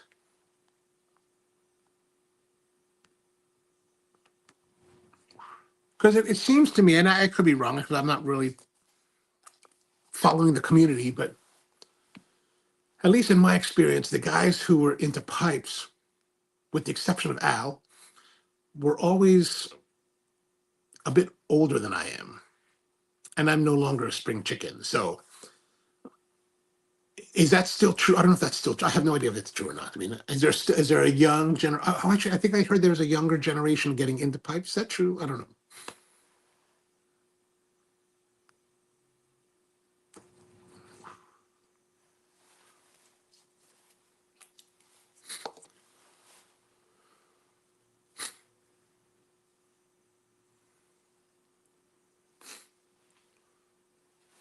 George says it was labor issues compounded by raw materials becoming harder to source. Ah, okay.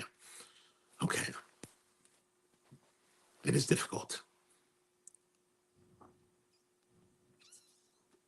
I mean, in modern times when cost of living has increased so dramatically, like I wonder how you make the economics of artisan craftsmen making pipes. I mean, how do you make that work? It does seem like a bit of a difficult situation.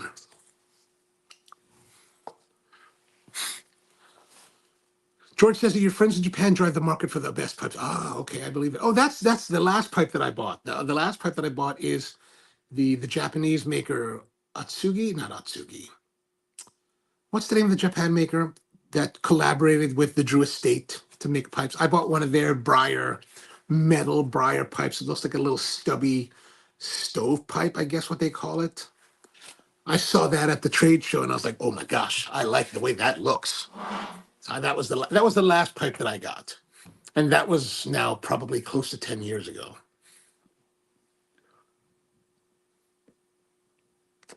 Tsuge, there he goes. Tsuge, thank you.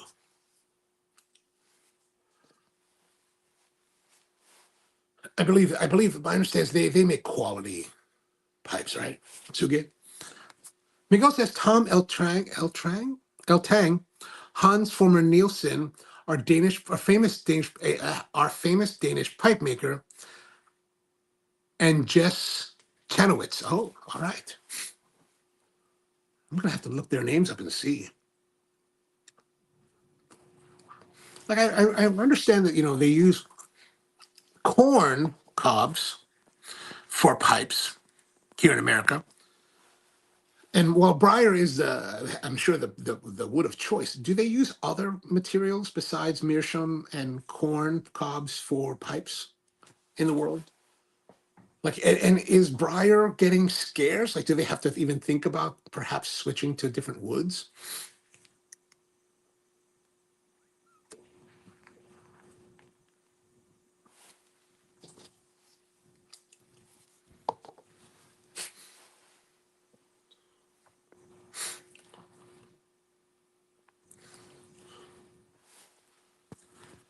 George says the calabash is the gourd you're referencing, but they have meerschaum bowls. Yes, yes, that's the one that I have is the meerschaum bowl one.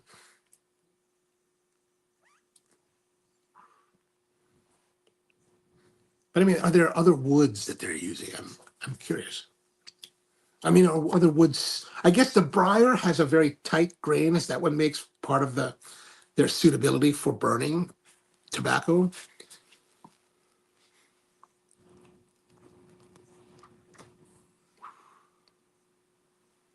And so those of you who enjoy the pipes, like you, Miguel, like, are you more of an English guy or an aromatic guy?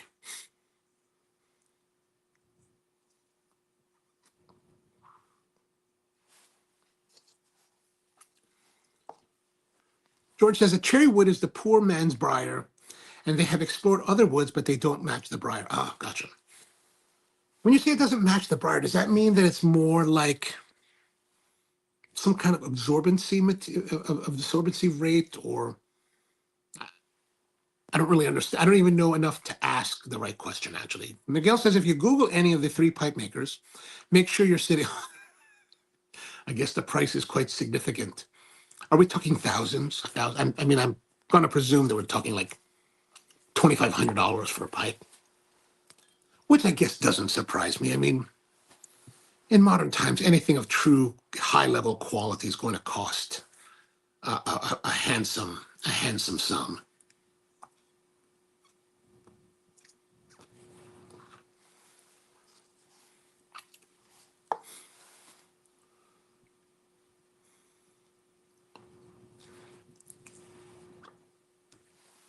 George says it doesn't. Other woods don't disperse heat or absorb moisture like briar, let alone last as long. Ah, okay, gotcha.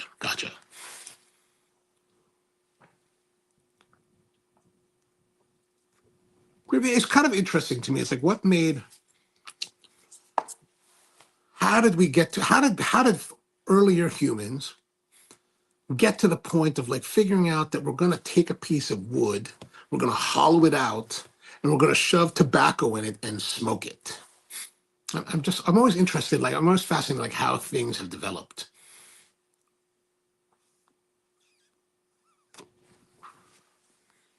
Miguel says the name of the game for the collector is straight grain. Oh, okay, straight grain. So it's straight grain more than figured. Okay, gotcha. George says I have owned Dunhill patent pipes that are nearly one. Wow, really? That's amazing.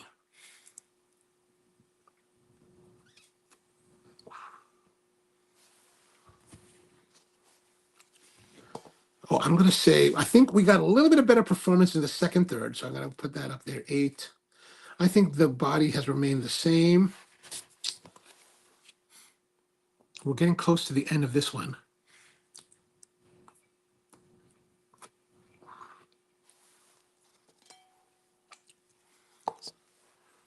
Again, this cigar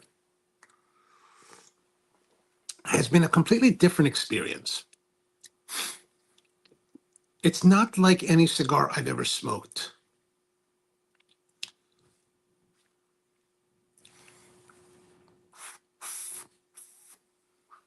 It's so very odd, unique to itself. George says, what you just described is the natural evolution from the days when indigenous tribes used hollowed out tubes to inhale smoke from tobacco that was packed into a pit in the ground and lit via coals. Oh, well, that seems like a lot of work for a little smoke. I'm going to dig a pit, I'm going to build a fire, and I'm going to burn tobacco. And then I'm going to inhale the smoke. Like under those situations, with us, right, with cigars and pipes too, it's about the taste experience, right? Not necessarily the stimulation of nicotine like it is for cigarette smokers. But I wonder in these older times, if they're inhaling it, they must have some kind of effect on them, right? Is that correct? George says right behind straight grains are crosscut, which displays the bird's eye. Oh, okay.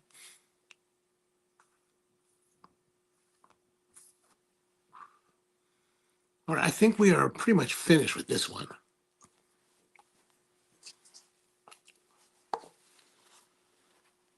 I'm gonna say just 8, just very good. The burn and draw has been very good the whole time. Consistency, I'm gonna say 7.75.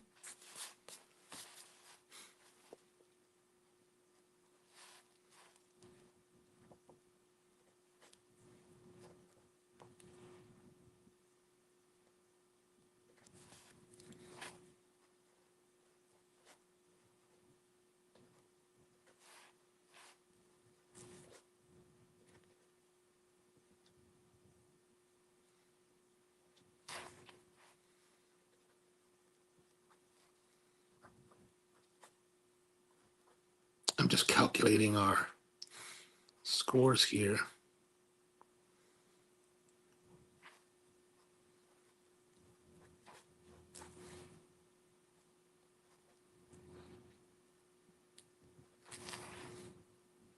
Okay, that can't be right. That is definitely not correct. Let me double check this again.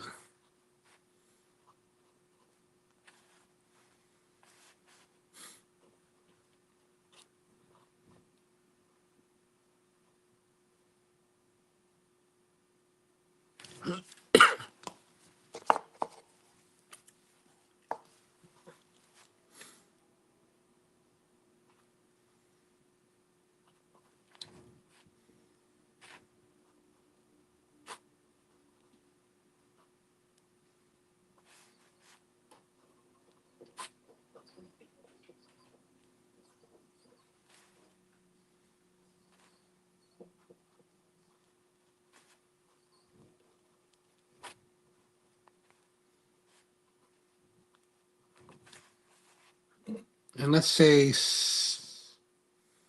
I'll say 8. Okay, that makes more sense. Okay, so based on my calculations here, I'm giving the score 79. So a good cigar. Overall 79, overall very good, overall good, not necessarily very good, but just very different, very, very different. George says, don't forget that the use of tobacco was originally a religious ritual, so preparation was, okay, right. Miguel says, if you find McClellan's and Esoterica, you need to open, oh my.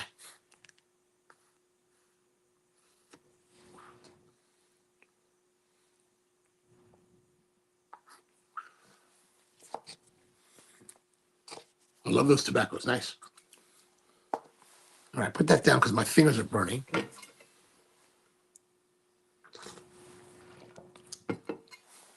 Well, we have a few more minutes left. Let me grab another shorty. I'll be right back. I'm going to open the glass doors, do a little ventilation.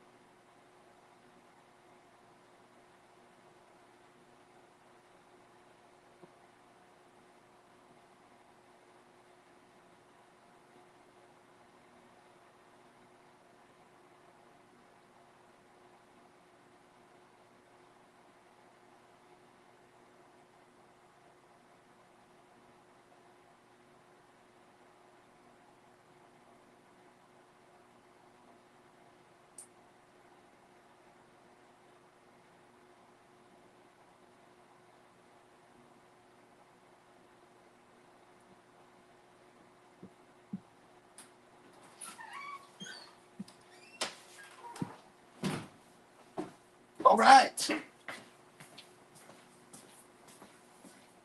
Okay, we are continuing on. Tony says, these days, Butera Esoterica is like gold. Oh, wow. Do you recall the Butera pipes from back in the day before the... I do recall that because one of our friends, Peter Gunn, used to work for Butera down in Tennessee. And he was actually the guy that introduced me to Eileen Osgener many, many years ago. Miguel says, what happened to Esoterica is a bit sad because of social media 10 years ago. I can go to my tobacconist and get 50-gram tins now. Good luck. Ah, well, that's too bad. I wonder what happened. So because of your influence, I thought that for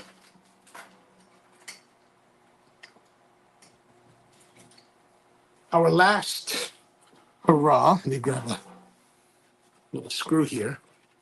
Thought I would grab the little church warden from Peterson.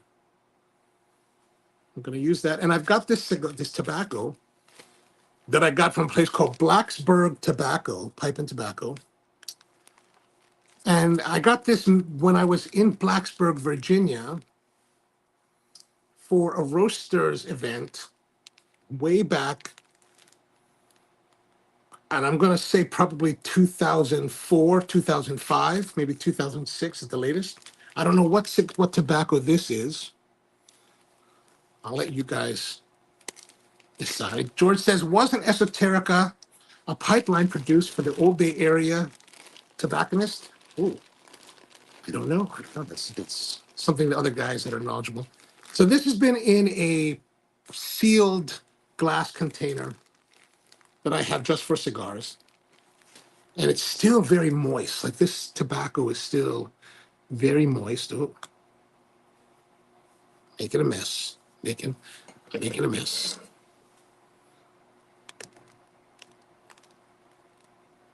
Don't mind the poor technique.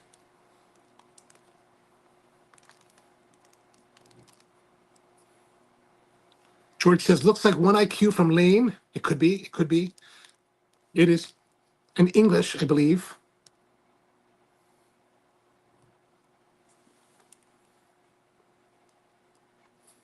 Or maybe it's aromatic. Miguel says that Esoterica is from the UK. Ah, all right. I always thought these were cool.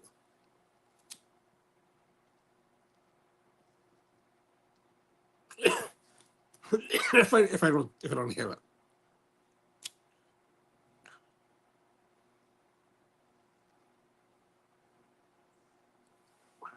I don't have any matches, unfortunately. Not up here, at least.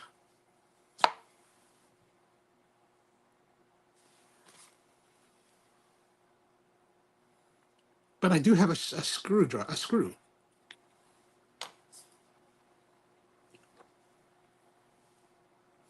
Miguel says it's called Esoterica Tabaciana. Ah.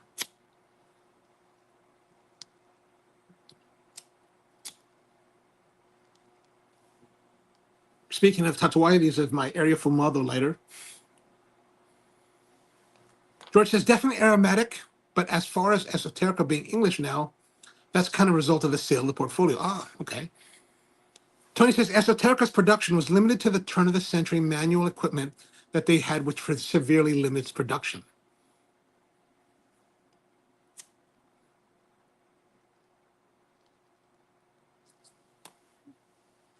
Obviously, I am not one to I would fail at the two match thing for the lighting competitions.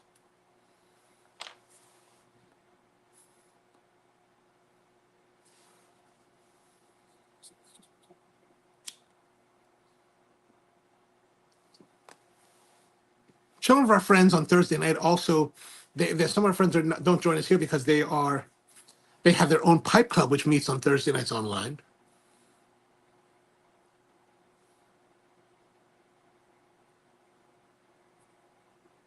Isn't this the Bilbo Baggins pipe as well?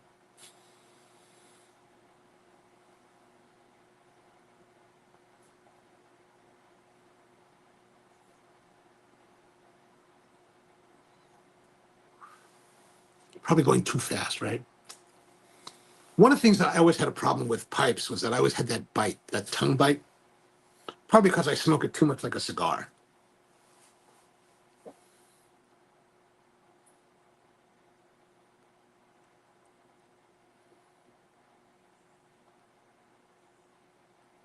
And George says that he believes that the esoteric is made in the Channel Islands now. Ah, okay.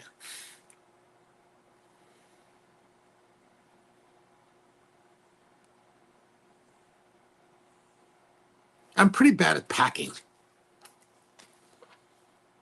Like, it doesn't feel like it's properly packed.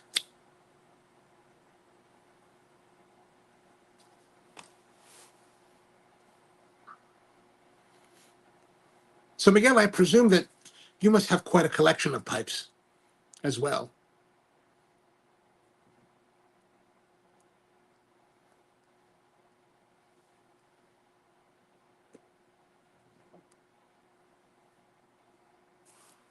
I feel like I should be wearing a different outfit, maybe something from like the 18th century.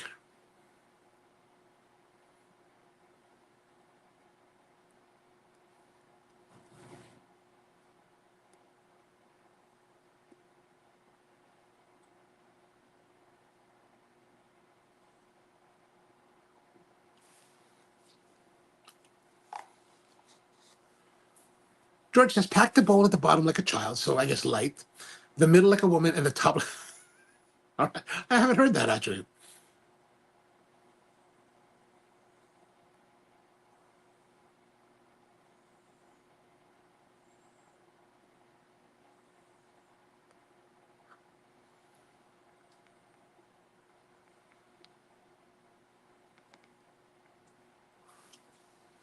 Fairly fun.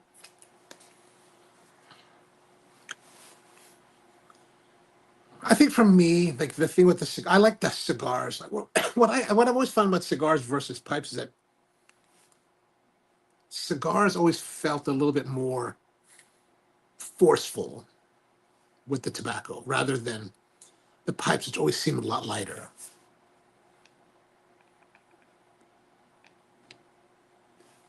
Miguel says, one day I can show you guys. It's right behind. Ooh, if you have an Instagram, let us know what the Instagram is so we can go look at it.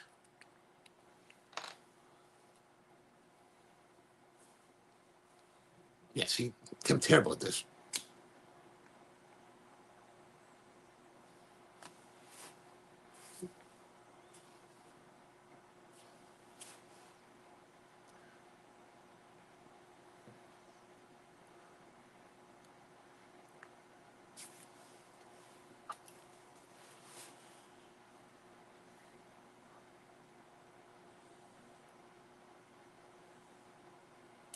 Huh, fun.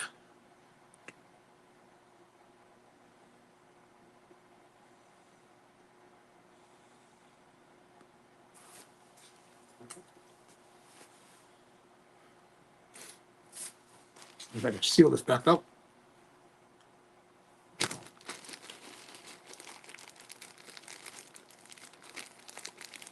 It's lasted a very long time. Not that I smoked them, but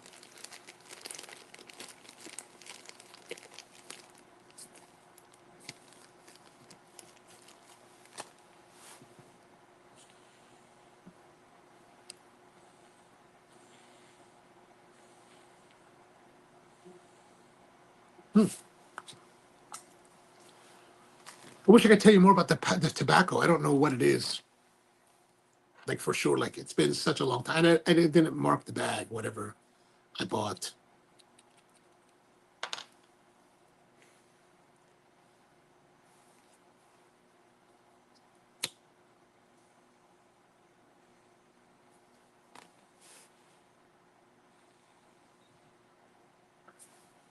George says your pipe is a church warden by virtue of its stem, but the bowl shape is actually a prince. Ah, so in if a more traditional church warden, how would the shape of the bowl be different? And this one, I guess, if we look at this, this has is that was it Miguel was saying earlier? me just scroll back a little bit here. So this would, I presume that this would not be considered straight grain. Is that correct?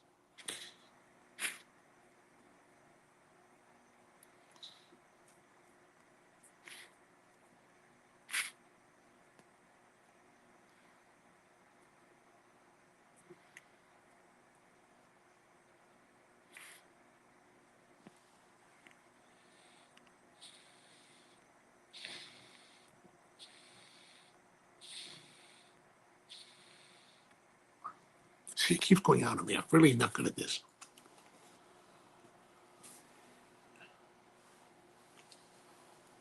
Maybe I finished all the tobacco. I didn't put that. I didn't fill it up too much.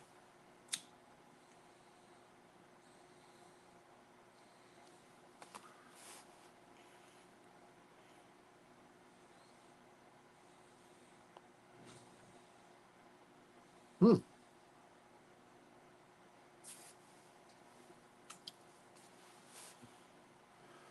I do feel that, like, for me at least, with at least the tobaccos that I've had from pubs, they always feel a little bit lighter.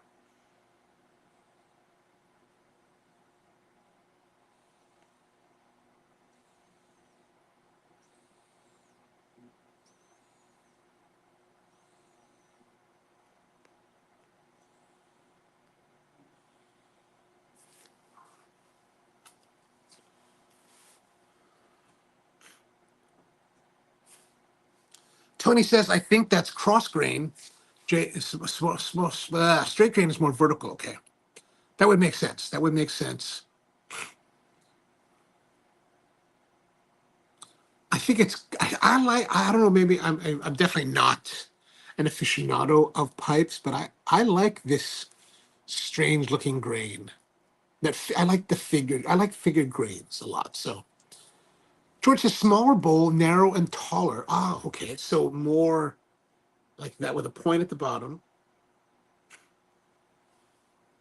is the actual church warden shape derived from the old style clay pipes. Oh, okay, okay. Yeah, I am familiar with how those look.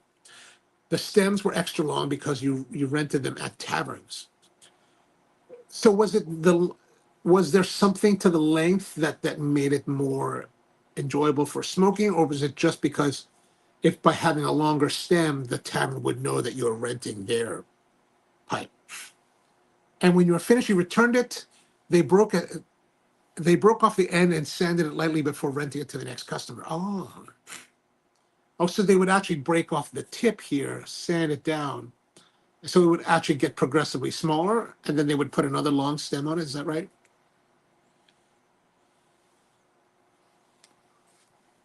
See, it's gone out again.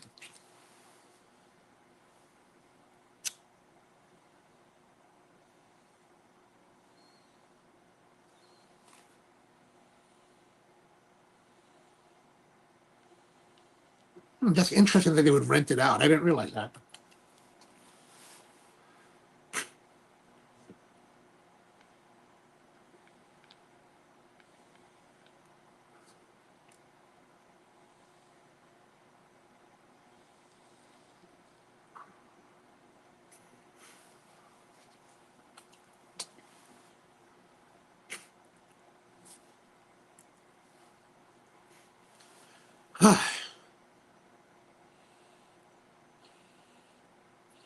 Hmm.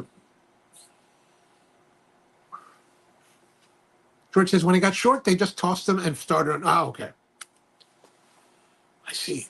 All right. Well, I guess that's about the time, and as it is. So don't forget, this weekend, Sunday, 2 p.m., Capital Cigar and Tobacco in Bethesda, Maryland. We'll be all down there. So come down and join us for our meetup and hang out, and we'll have some cigars. We're going to have some libations and some giveaways. So come down. Love to see you. Love to hang out. If you can make it, we'd love to if you would be there. If not, come see us next week on the weekly Thursday Night Hang next Thursday at 8 p.m. Eastern Time. Thank you, George, and Miguel, and Stephen, and Brian, and Mom. Good to see, and all you guys. Good to see you, and we look forward to seeing whoever can make it on Sunday. Devin, we know you can't make it, so but good to see you here. So hope you have a wonderful week, and see you next time.